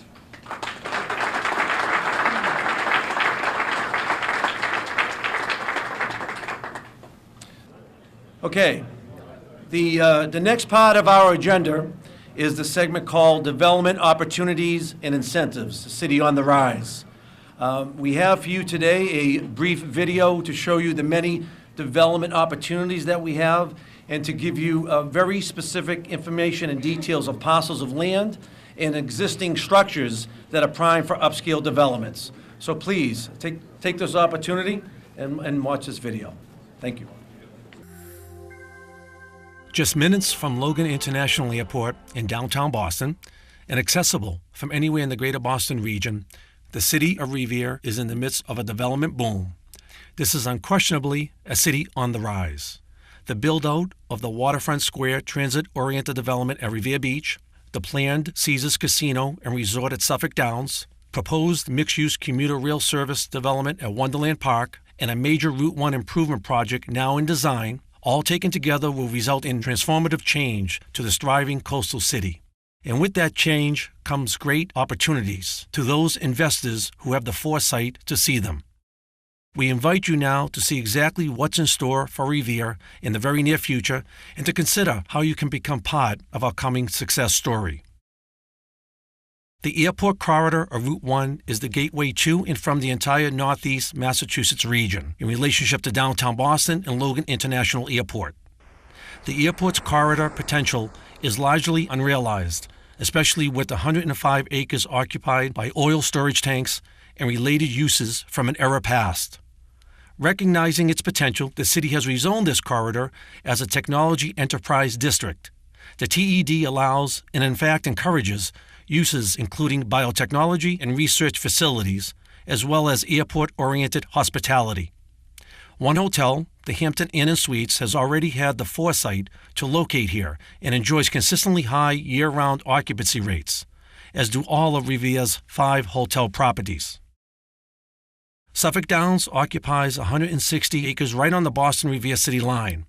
Literally at the doorstep of Logan Airport alongside the Route 1A airport corridor, an established presence here since the 1930s, it is well serviced by highway and mass transit connections. This makes Suffolk Downs a logical place for a major gaming facility. The planned full-service Caesars Casino and Resort at Suffolk Downs will create a multi-choice entertainment destination unlike anything in Massachusetts. The promise of the casino resort at Suffolk Downs has already yielded plans by Rocklet Global, LLC, to develop the 300 or more room Black Diamond Hotel just outside the Route 145 entrance to Suffolk Downs. We fully expect other nearby sites will be closely examined as to their development potential. Just a stone's throw away is our magnificent and historic Revere Beach Reservation. This nearly 3-mile-long strand has experienced a rebirth and a resurgence of development interest. Over the course of the past 25 years, many millions of dollars in federal and state investments have resulted in the resanding of the beach, the restoration of the 115-year-old pavilions, and the creation of a pedestrian boardwalk on the northern third of the beach that used to be the sole domain of the automobile. It is a remarkable change. At the southern end of Revere Beach, several significant but underutilized privately owned parcels are well suited to take advantage of the city's forward-thinking zoning envelope, which allows mixed residential commercial uses with building heights of up to 12 stories in an FAR of 3.0. Among these are 90 Ocean Avenue, 54 Revere Beach Boulevard, and 60 Revere Beach Boulevard. The centerpiece of Revere's oceanfront development strategy is, of course, the Wonderland Transit-oriented development. Here, some $80 million in public investment in major infrastructure improvements are completed, underway, or soon to begin. All serve to support carefully integrated private developments. Principal TOD components are Waterfront Square, a 1.3 million square foot mixed-use development on approximately 10 acres of oceanfront land. Designated developer Eurovest has secured MEPR approval for an integrated hotel, office, and associated retail uses here in conjunction with some 900 residential units in mid-rise structures. Eurovest is currently working with Rocklet Global, LLC, to advance plans for a major hotel alongside the new pedestrian plaza at Wonderland Station. The new state-of-the-art 1,488-car MBTA garage and intermodal transit facility, which is now fully in service. The public plaza and pedestrian bridge linking the intermodal transit facility with the beach reservation to the heart of the coming private development is rapidly approaching completion. In just the past several weeks, the new bridge has already become an iconic symbol of the rebirth of historic Revere Beach. Lastly, a new Department of Conservation and Recreation Operations Center with public amenities is currently in design. We hope for a 2013 groundbreaking on this facility, which is intended to be evocative of the old bathhouse which stood here for decades until the mid-1900s. Just beyond the Wonderland TOD in Waterfront Square, across Route 1A immediately to the west is the 30-plus acre site of the now-defunct Wonderland Park Greyhound Racetrack. The city desires to attract thoughtful mixed-use development here that complements the master plan TOD. As a means to fully support and integrate such development, the city is pursuing the establishment of a commuter rail station at this prime site with a pedestrian connection to the Wonderland Intermodal Transit Facility and MBTA Blue Line. There has been a lot of interest from many developers for this parcel of land. One in particular, the Kraft Group, is looking into the feasibility of constructing a soccer stadium at this location. Moving along to the northern reach of our shoreline, the character of development is predominantly high-end residential usage, dotted here and there with various restaurants. A major 142-unit low-rise residential structure is now planned by the Tamboni Group for a key vacant site here. Other privately owned parcels present interesting opportunities in this area. Revere Beach Boulevard transitions into the Linway at the northern end of the reservation. The Point of Pines neighborhood contains many expensive and very well-kept homes. At the end of the Point of Pines is the confluence of the Saugus and Pines Rivers and the beginning of the vast Rumney Marsh, one of the largest salt marshes in this part of the country. And here is a major waterfront parcel that undoubtedly can and should be put to better use.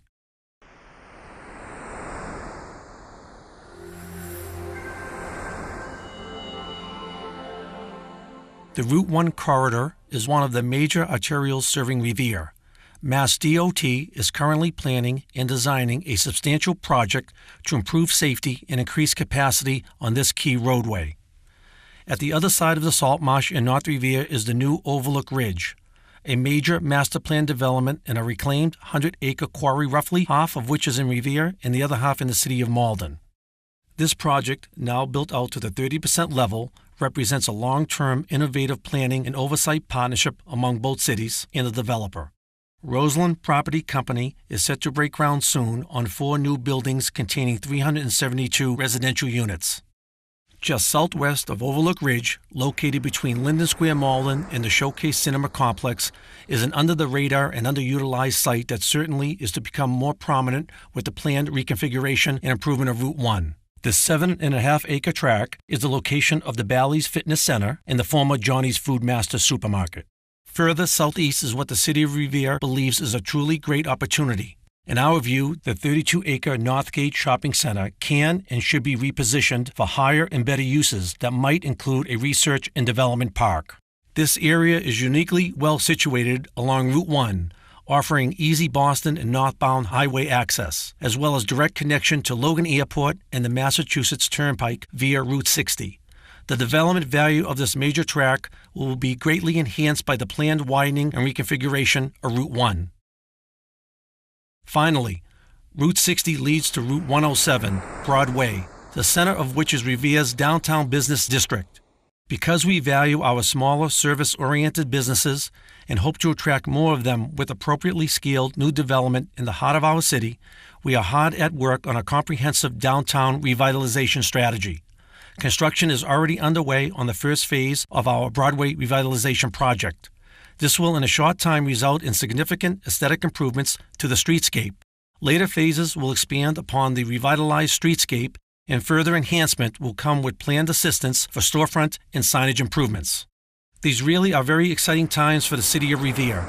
In addition to all that we know lies just over the horizon, there are still many opportunities here that have yet to be conceived. All that is necessary to capitalize on those opportunities is your imagination and the application of your creative means and talents. We hope that you will now take a much closer look at our city and then come back to us to discuss how we can help you become part of the vibrant future we know is coming to Revere. Thank you.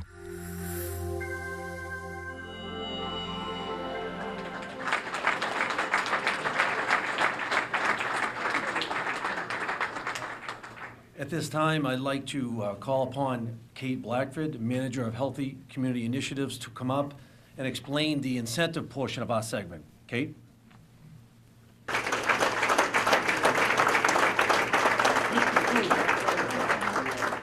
So in addition to the many programs you've heard our earlier speakers discuss today, we also have a number of local incentives that we're using to encourage new development here in the city. These include tax increment financing, streamlined permitting, and a new economic development fund.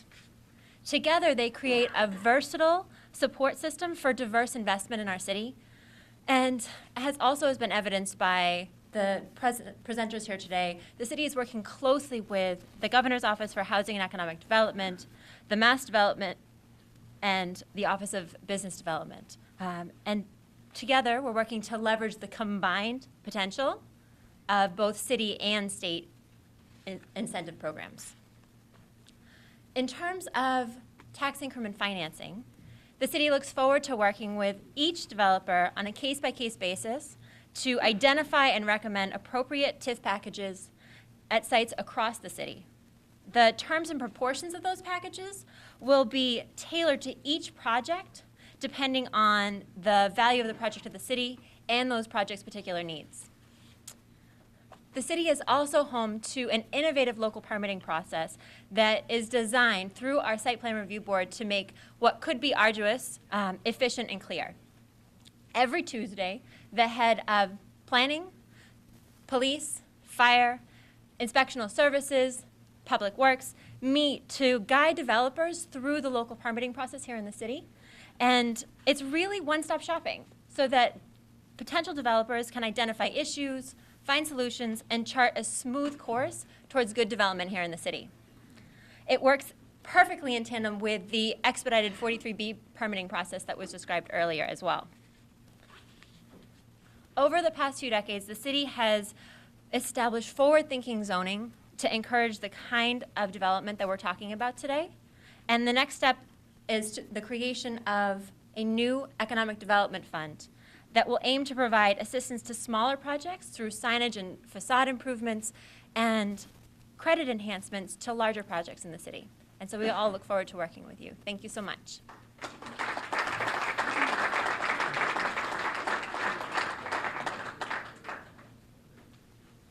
Thank you, Kate. Before I open it up to a question and answer period, I just have a couple people that I'd like to acknowledge and to thank for all the help. And before I get into that, I would just want to acknowledge two counselors that just came in. Council of Ward 5, John Powers. And Council of Ward 2, Ira Novoselsky. At this time, I'd like to just personally thank my economic development team. First of all, I'd like to thank the Comfort Inn for hosting this and putting on just a great event. But a lot of the work that you see today, there was a goal in mind, and there was a lot of time and effort really put into this to make this so successful and to target what the city is really looking to do, and that's to expand our future. So with that, I cannot thank Paul Rupp, the city consultant for the city of Revere, for all the time and effort that he's put in. Paul, I appreciate it. Also, dealing with me every day and kind of being a pain a little bit, he's been great. John Squibb, John from Community Development. And obviously, you've heard about Kate Blackford and Frank Stringy from Community Development as well. Appreciate it. I just want to personally thank Bob Button and John Doherty from CDM Smith, because all the time and effort and all the visuals that you see, I can't even tell you the numerous hours put into it, and their company is outstanding. And it's been a pleasure to work with the two of you. Thank you very much. I also want to thank Howard Cook and Charles Vitale from Sound Vision, who did a magnificent job in putting on the videos. I think it was a first-class setup, and I can't thank them enough. I also want to thank Vincent Giarusso from North Shore Shuttle for providing the bus transportation on the guided tour that's going to follow the question and answer period today. Vincent, thank you very much. Also, I want to thank Miles Lane Kennedy, the Mayor's Chief of Staff, who really is multifaceted in so many different areas. He does an outstanding job for the Mayor. Miles, thank you. And lastly, I just cannot thank enough all the presenters who took the time and effort to be here today, to be able, out of their schedule, to really focus in on our goals. So all the presenters, I want to thank you. Okay, so at this time, what I'd like to do is we have a panel, Paul Rupp, who's our city consultant, Frank Stringy from Director of Community Development, and myself, Director of Economic Development, would like to answer any questions. I'd like to open it up for any questions that you may have pertaining to anything that you witnessed here today, or any questions that you may have for us in the future. Yes? Where does the city stand today in terms of negotiations with Suffolk Downs? It is... Yes. Where does the city stand today in terms of negotiations with Suffolk Downs? It's a good question. We have a very, very good relationship with Suffolk Downs. I think it's progressing very nicely. We are working in conjunction with Boston to put the host agreements together, and we're working very diligently in doing that. And I think it's progressing nicely. Sometimes we would hope that it would progress a little faster, but we're doing it in a very methodical fashion. And by doing so, I think we're looking at every line item, every criteria, protecting the city's interests. But then, Suffolk Downs has been a very good neighbor. We feel that, Suffolk Downs will have a very positive influence for the city in terms of jobs, in terms of revenue enhancement, and really in a lot of different ways. And one of the things that I think you're seeing is the fact that other properties in that area, developers are looking to develop. One in particular, as was mentioned in the video, the Rockley Group is looking to put a hotel up. And these are the type of things that we're looking for, to be aggressive. The purpose of today is really to go out and to bring in these type of investments. So hopefully I'm answering your question. A, we're progressing very nicely on the mitigation package and the host agreement, and hopefully that'll be done very soon. I hope, Chip. We're hoping.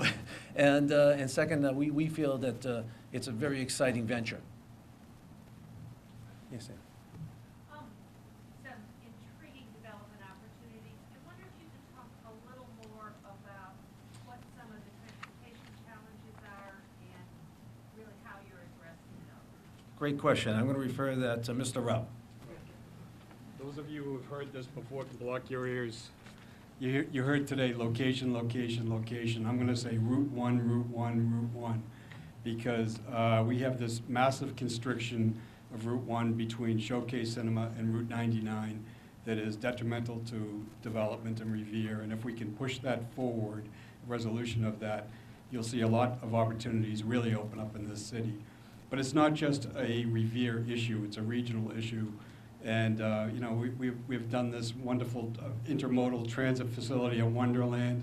We're now talking about the commuter rail station at Wonderland. We have water transportation introduced in Winthrop and coming soon to Lynn. But the whole region really needs to be alleviated from a twice daily traffic jam by widening of that stretch of Route 1.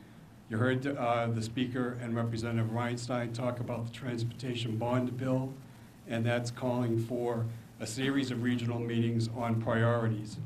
Just today, it was announced that there will be one in Lynn on December 5th, and that's the result of the efforts of Senator McGee. So we urge people to get there, to push, to try to resolve this regional problem. So.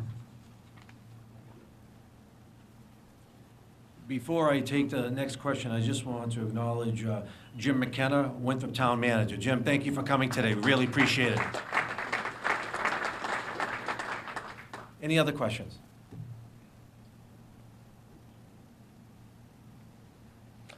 Okay, well, listen, let me, on behalf of Mayor Rizzo and his administration, I want to really thank you for taking the time and effort and coming here today, and hopefully you learned about the exciting new opportunities that we have in the city of Revere. And I know that we look forward to working with many of you over the next coming years. And hopefully you're going to be going on to the bus tour to these key development sites, and then we have a nice luncheon planned at Antonia's. But again, thank you so much. We look forward to working with many of you. Thank you.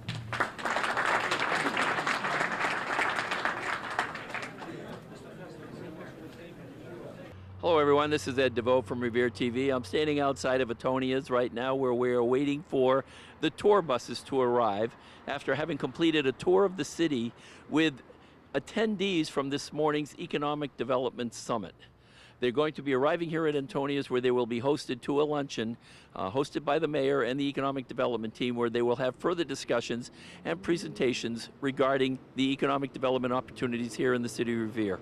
Okay, I'm standing here with Lou Markakis, a real estate consultant from Lynn, Massachusetts. Lou, tell us a little bit about the thoughts going through your mind as you listened this morning and what you heard. Well, one of the important things that I found when you're doing real estate development is you really need to collaborate. And I have to give credit to Ira Novoselsky, who invited us, and we have a contingency here from the great city of Lynn. We have the president of the Chamber of Commerce, Ralph Sevenor. We have David Solimini, going to be the future president. And we wanted to actually learn some of the things that Revere is doing. I had learned from the previous mayor, Tom Ambrosino, that he had worked in a collaborative effort with the federal government, with the state government, and with the great city of Revere. And now I commend Dan Rizzo, John Festa, Frank Stringy for really just hitting the ground running. You know, normally when a new mayor comes in, sometimes it takes them a year to get just situated. These guys in 10 months have done more in 10 months than I can remember in the last 20 to 25 years being in the real estate and being in state government. So they are to be commended. You guys have done a great job. The Office of Economic Development has set up a first-class presentation today. You had the Congressman from Washington, Ed Markey. You had your state delegation, Kathy Reinstein, and just a slew of other important people that have made this happen.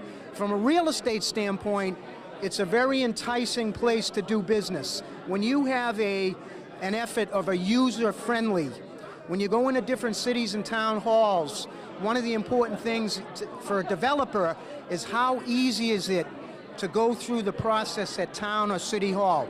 And Revere, I think, is showing great leadership here, and they're opening up their doors, and the message is we're open for business, we welcome business, it's a great place to do business.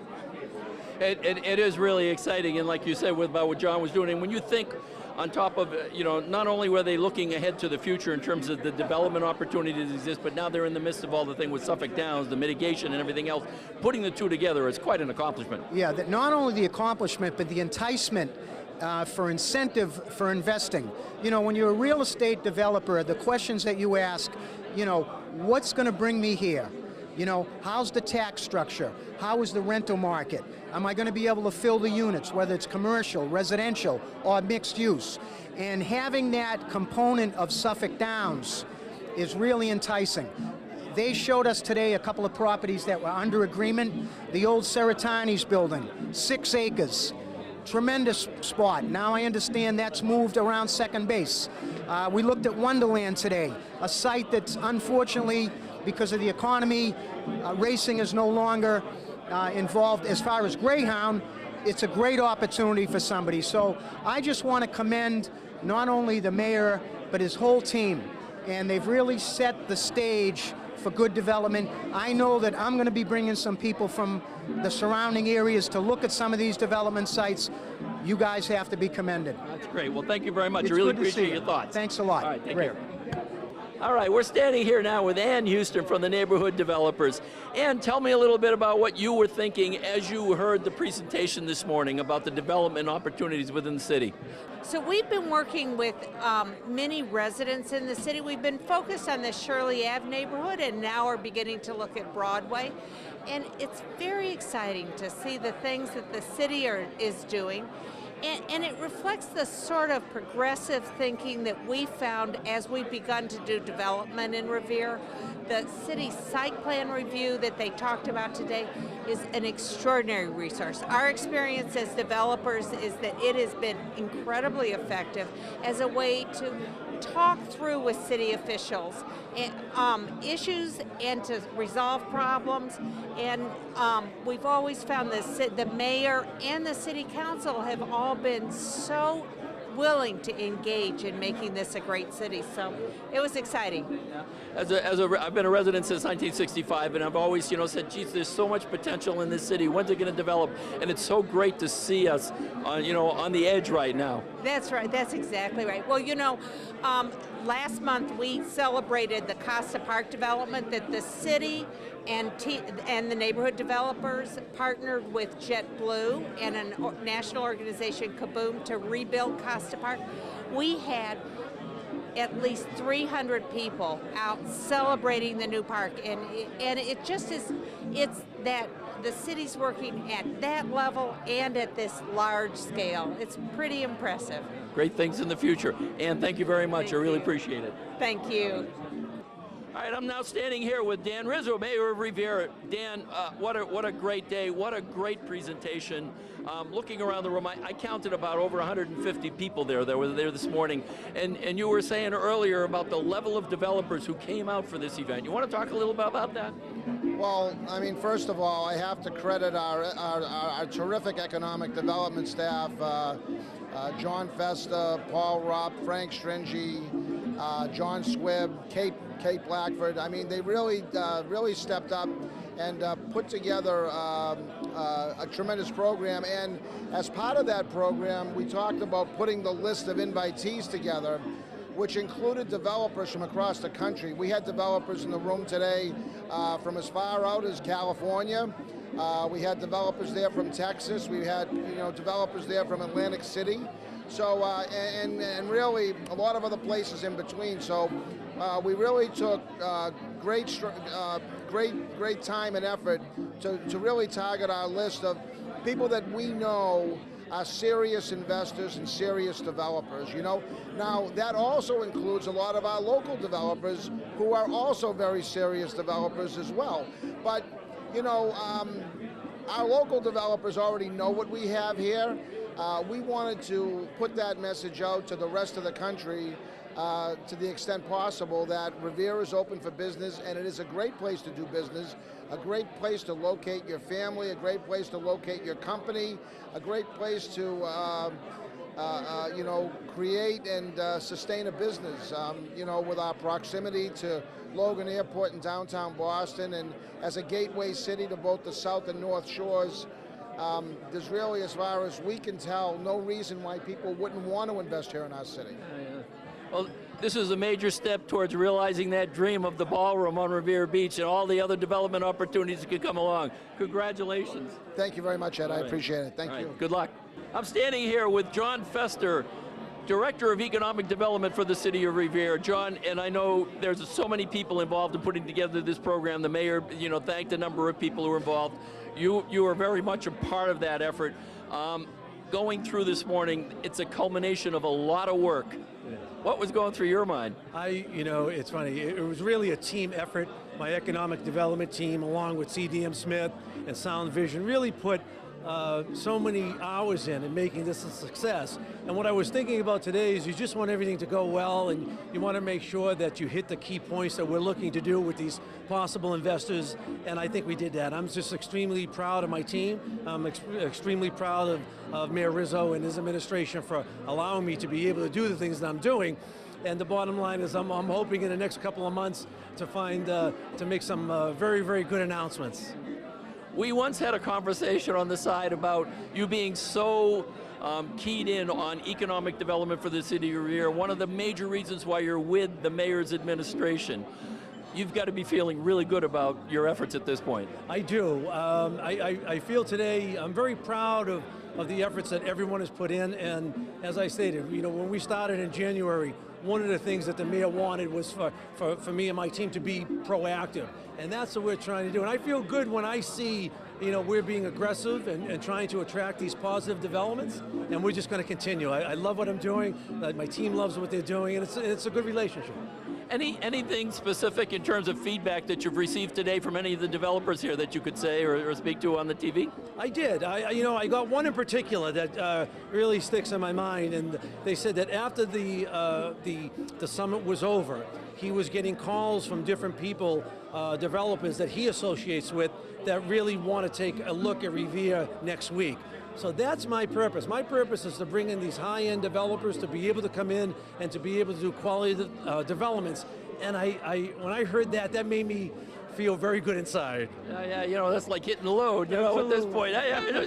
Keep those cards and letters coming in. Really, and I want to thank Revere TV for covering it, and you, Ed, really, we appreciate, all the exposure on this. I can't thank you enough. It's a cooperative effort. Yeah, it is, very much so, and good luck with everything. Thank you, John. Thank you.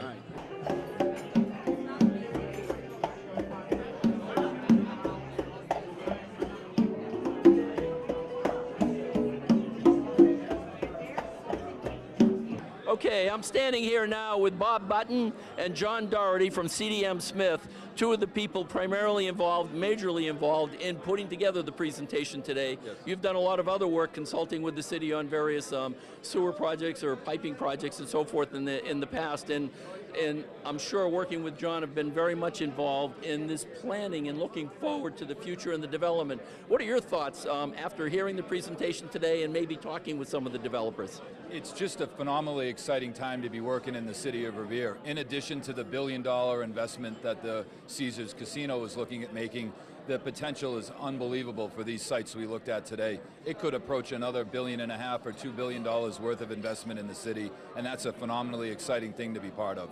Yeah, that is exciting. John, your thoughts? My thoughts are the mayor and John Festa have just done a tremendous job in the city and promoting the city. And I'm from the area, and just the fact that the city, everything is so positive in the city, and the potential for the beach and the casino, but even all the sites in the city. And I just want to say the mayor's video was tremendous, where it highlighted the school system, the police department, the fire department, and all positive, all positive. There's no doubt that the casino, of course, has been a major boost to the interest in economic development in the city.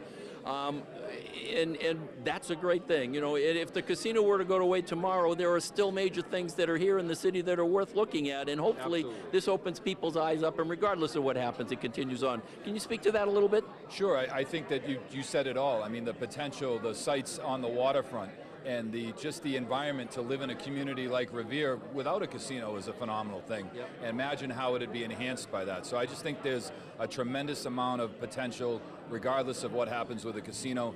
The whole Boston area is very vibrant, and Revere is a key part of that. And like they said in the presentation, it's a gateway to the north of Boston. So it's nice to have an opportunity to highlight and showcase this gateway.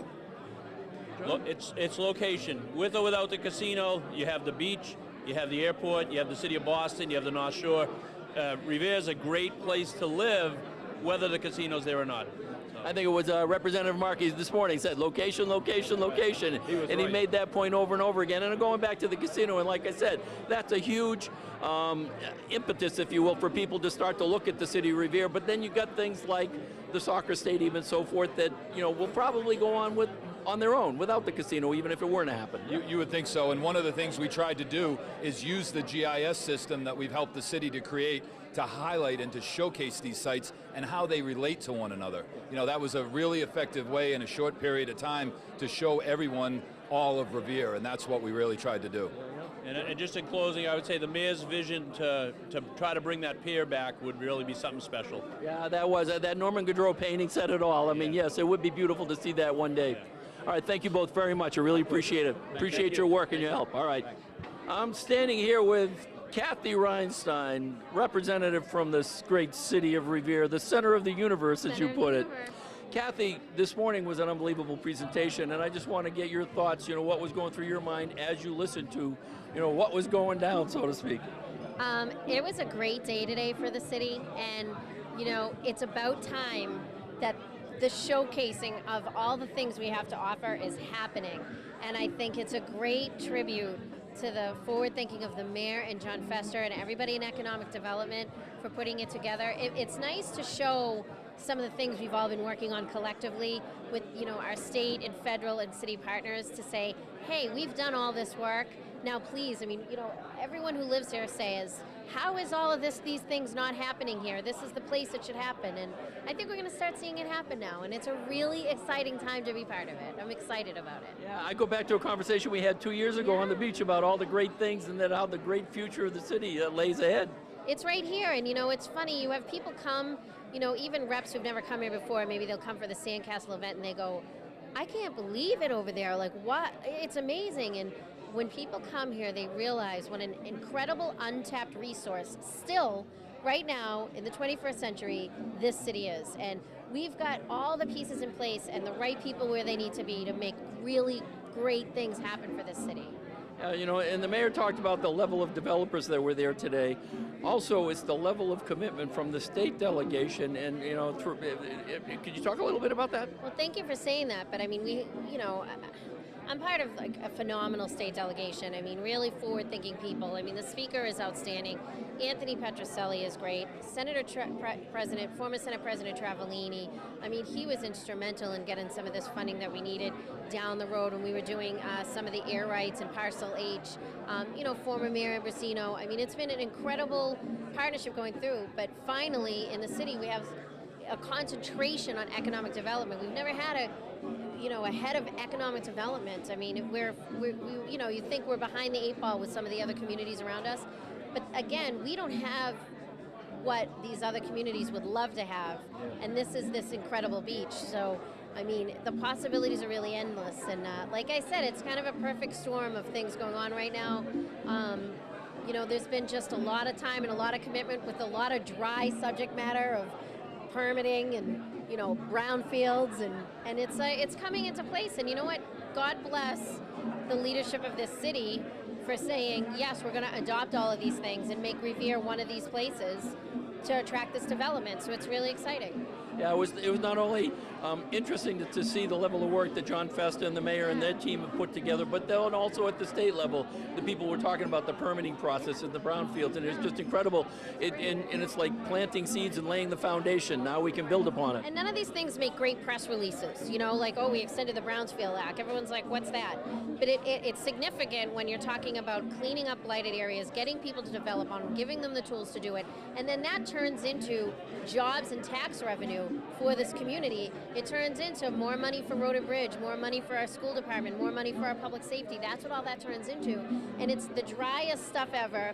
It makes a horrible press release, but it's the most significant stuff. And again, we do these things on the state level and make these things available, but it's up to the communities to say, I want to opt into that. And Revere has opted into all of it, and that is great forward thinking of the mayor, the city council, the Community Economic Development Committee, and John Festa.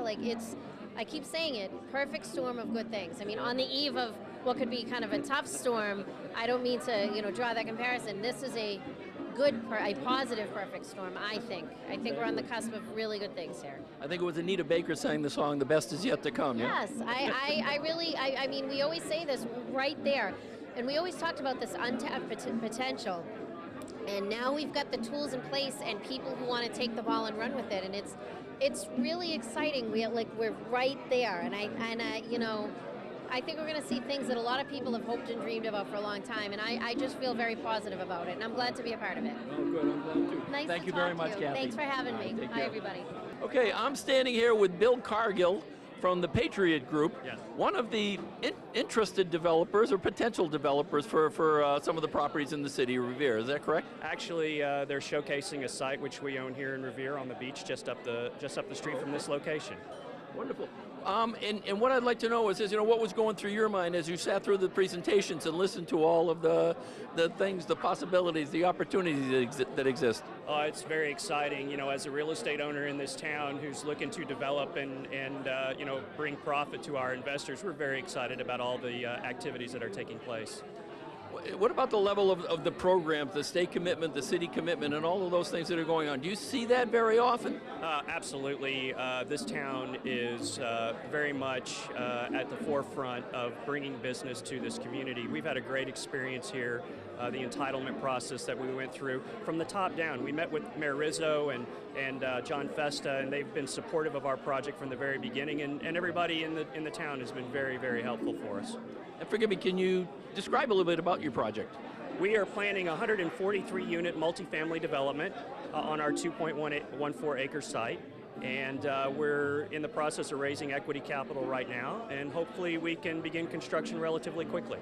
And that property is where? Just up the street here on Revere Beach Boulevard. On the boulevard. Yeah, beautiful site. Views of the ocean on one side and Rumney Marsh on the other. It's a fantastic site. Sounds like a great site. So have you done groundbreaking or you're about to? No, we've gone through the entitlement process, so we now have our approvals from the city of Revere, and we're in the process of raising equity to build the project. Okay. Any idea as to when you think you'll be opening? Well, that's the big question. Lining up money is always the most difficult part of the process, and so we're doing that right now. Well, good luck with your efforts, and thank you very much. Appreciate it very Appreciate much. it. Thanks. All right, take care. Nice talking to you. Thanks.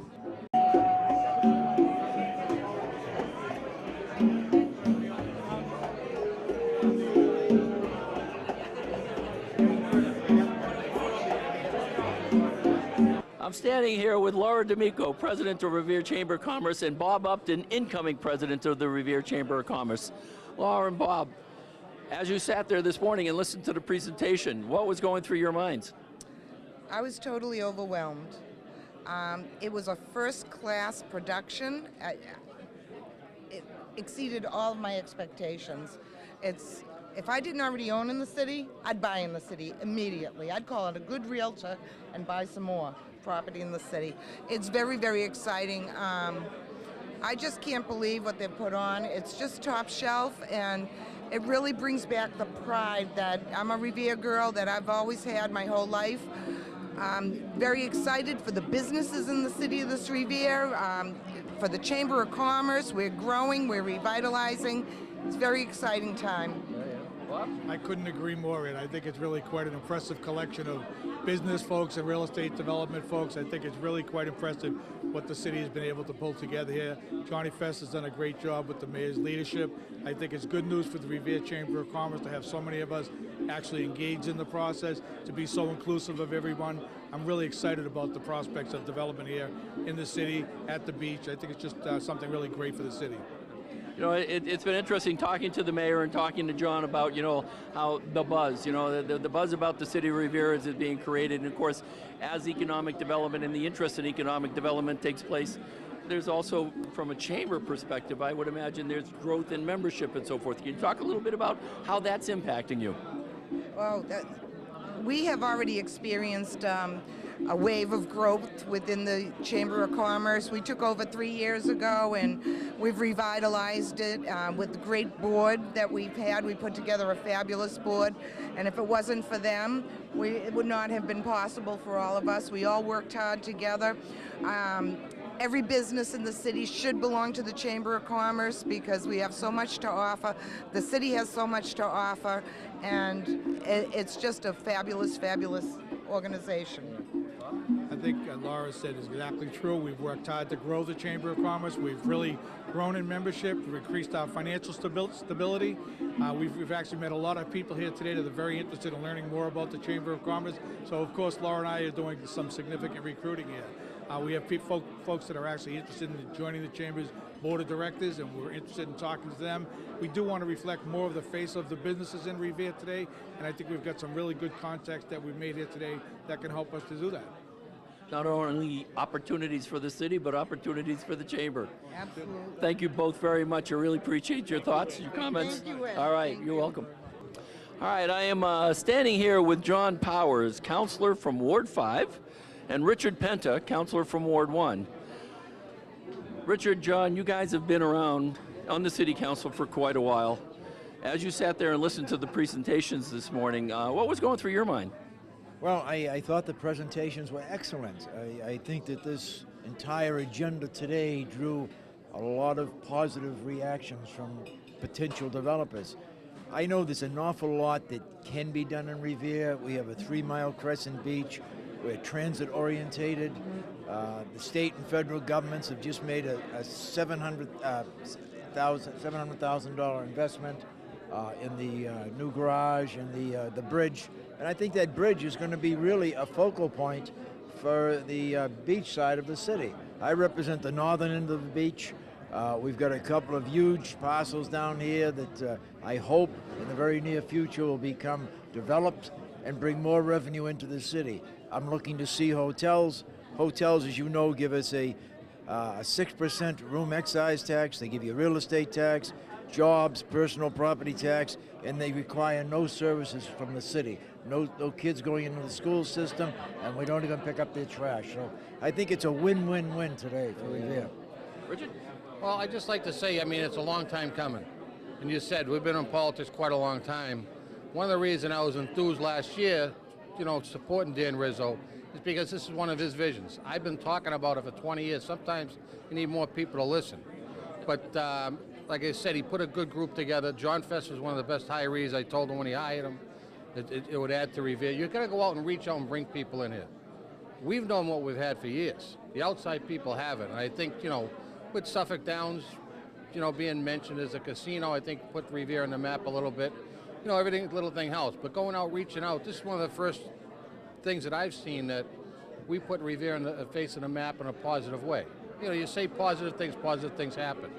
You want to be negative, negative things are going to happen. I think, through this new administration, honestly, I believe in Dan Rizzo very strongly, that the group he put forward, you're going to see great things happen. And the previous administration did quite a bit of things. I mean, schools, the education, which we needed. And he actually put, the blueprint on it with this great federal money we got and state money. So Tommy Ambrosino deserves a lot of credit. Danny actually has a different vision of really reaching out to bring these people in, and I think you're going to see good things happen in Revere. And I think we'll finally get our tax rate lowered, I hope. Which is a big thing. Yeah. And I would echo what you were saying. It has been a long time coming in, and also what you're saying is, it doesn't happen overnight. People lay the groundwork, but, kudos to Dan for recognizing the opportunity and taking advantage of it and moving ahead. You're right. I mean, people say location, location, location. Boston is probably built out to its max. People looking at, Revere is abutted to Boston, basically. You could throw a stone and hit the airport. Revere Beach. I mean, you got things to offer here that a lot of communities don't have. I mean, and I think highlighting them are really going to bring some money and people with serious money. I've been here for a long time, and you see people come. I've seen shovels put in the ground and finances not come through. So you need people really with the finance, especially nowadays. You need them with deep pockets. And reaching out to people regionally, across the state, the country, and everywhere else, I think, once those people come, they'll attract more of those people. And I think you'll see the true development we really need. We got to think bigger in this city. Yeah, for sure. Well, thank you both very much. Appreciate your thoughts, and best of luck to us all. Okay, I'm standing here with Tony Zambuto, Councilor at Large for the City of Revere. Tony, I'll ask you the same question that I've been asking everybody else. As you sat there this morning, and you've been on the council for a while too, and all of the things that have gone down in the past years with the city, and as you're listening to this presentation this morning, what's going through your mind? Well, I don't know if you know, I'm the chairman of economic development on the city council, so I was, I was just totally excited looking at the presentation. This is such a big day for Revere to show what we have here, the hidden jewel that Revere really is. I've been telling everybody I travel all across the country because, I show dogs and I have a champion dog. So I'm always telling people that Revere is the home of America's first public beach. And I also tell them that Revere is going to be the place on the eastern seaboard to live and work in the next several years. So this was just for me, it was like I was drooling watching the presentation. It was wonderful. It really shows what we have here, and that we're willing to work with developers. We're willing to help people come here and succeed, because Revere is going to be, the presentation says it for itself. Revere is on the rise. Revere is moving forward in a wonderful way, and that transit-oriented development goes back a long way. And those of us that were here 14 years ago, and Tommy and Governor Romney, for that matter, is the one that put transit-oriented development on the map. They used Revere as the centerpiece of transit-oriented development. This is what it's come to. So it's been an exciting ride, and I'm just so excited. We had so many premier developers here today from all over. And it's just truly an exciting day for Revere. Yeah, it is. Well, thank you very much. Appreciate your thoughts. My pleasure. Take care. Okay, I'm now standing here with Ira Novoselsky, Ward Councilor from Ward 2 in the city of Revere, Shirley Ave, et cetera, et cetera. Ira, what was going through your mind this morning as you were listening to the presentation? I'll tell you, I was so excited. And a lot of this development that's going on happens to be in my ward. The Wonderland facility is in my ward. The proposed soccer facility is next to my ward. I'm right next to the casinos facility. And we have so much availability and potential. And I was telling my folks the other night, we had a community meeting, that Shirley Ave right now is like on a volcano, waiting to explode with everything going on around it. A good volcano. A great volcano. It just, the development we're talking about, fixing up Shirley Ave, bringing in, I don't want to say better businesses, but making our facilities look better, the properties. And that's what this is, one of the things that it's all about.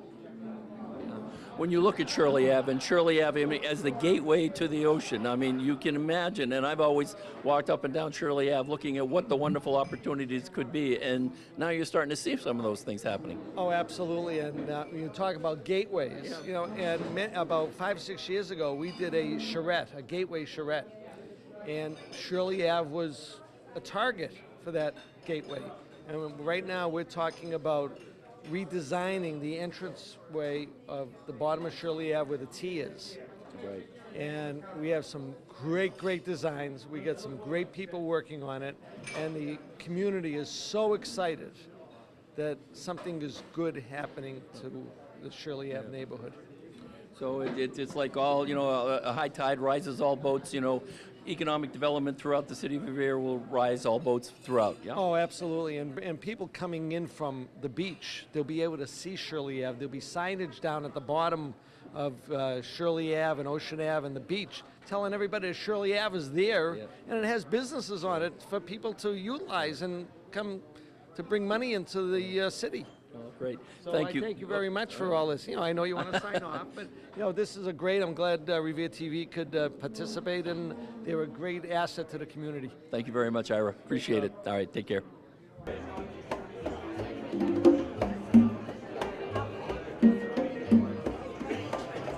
If I can have everybody's attention for just 1 second, please.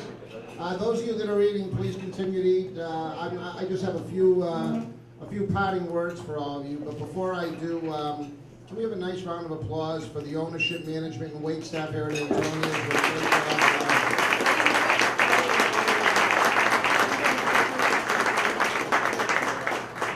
On behalf of my entire economic development team, I want to thank all of you that have taken the better part of your day on a Friday here to spend with us.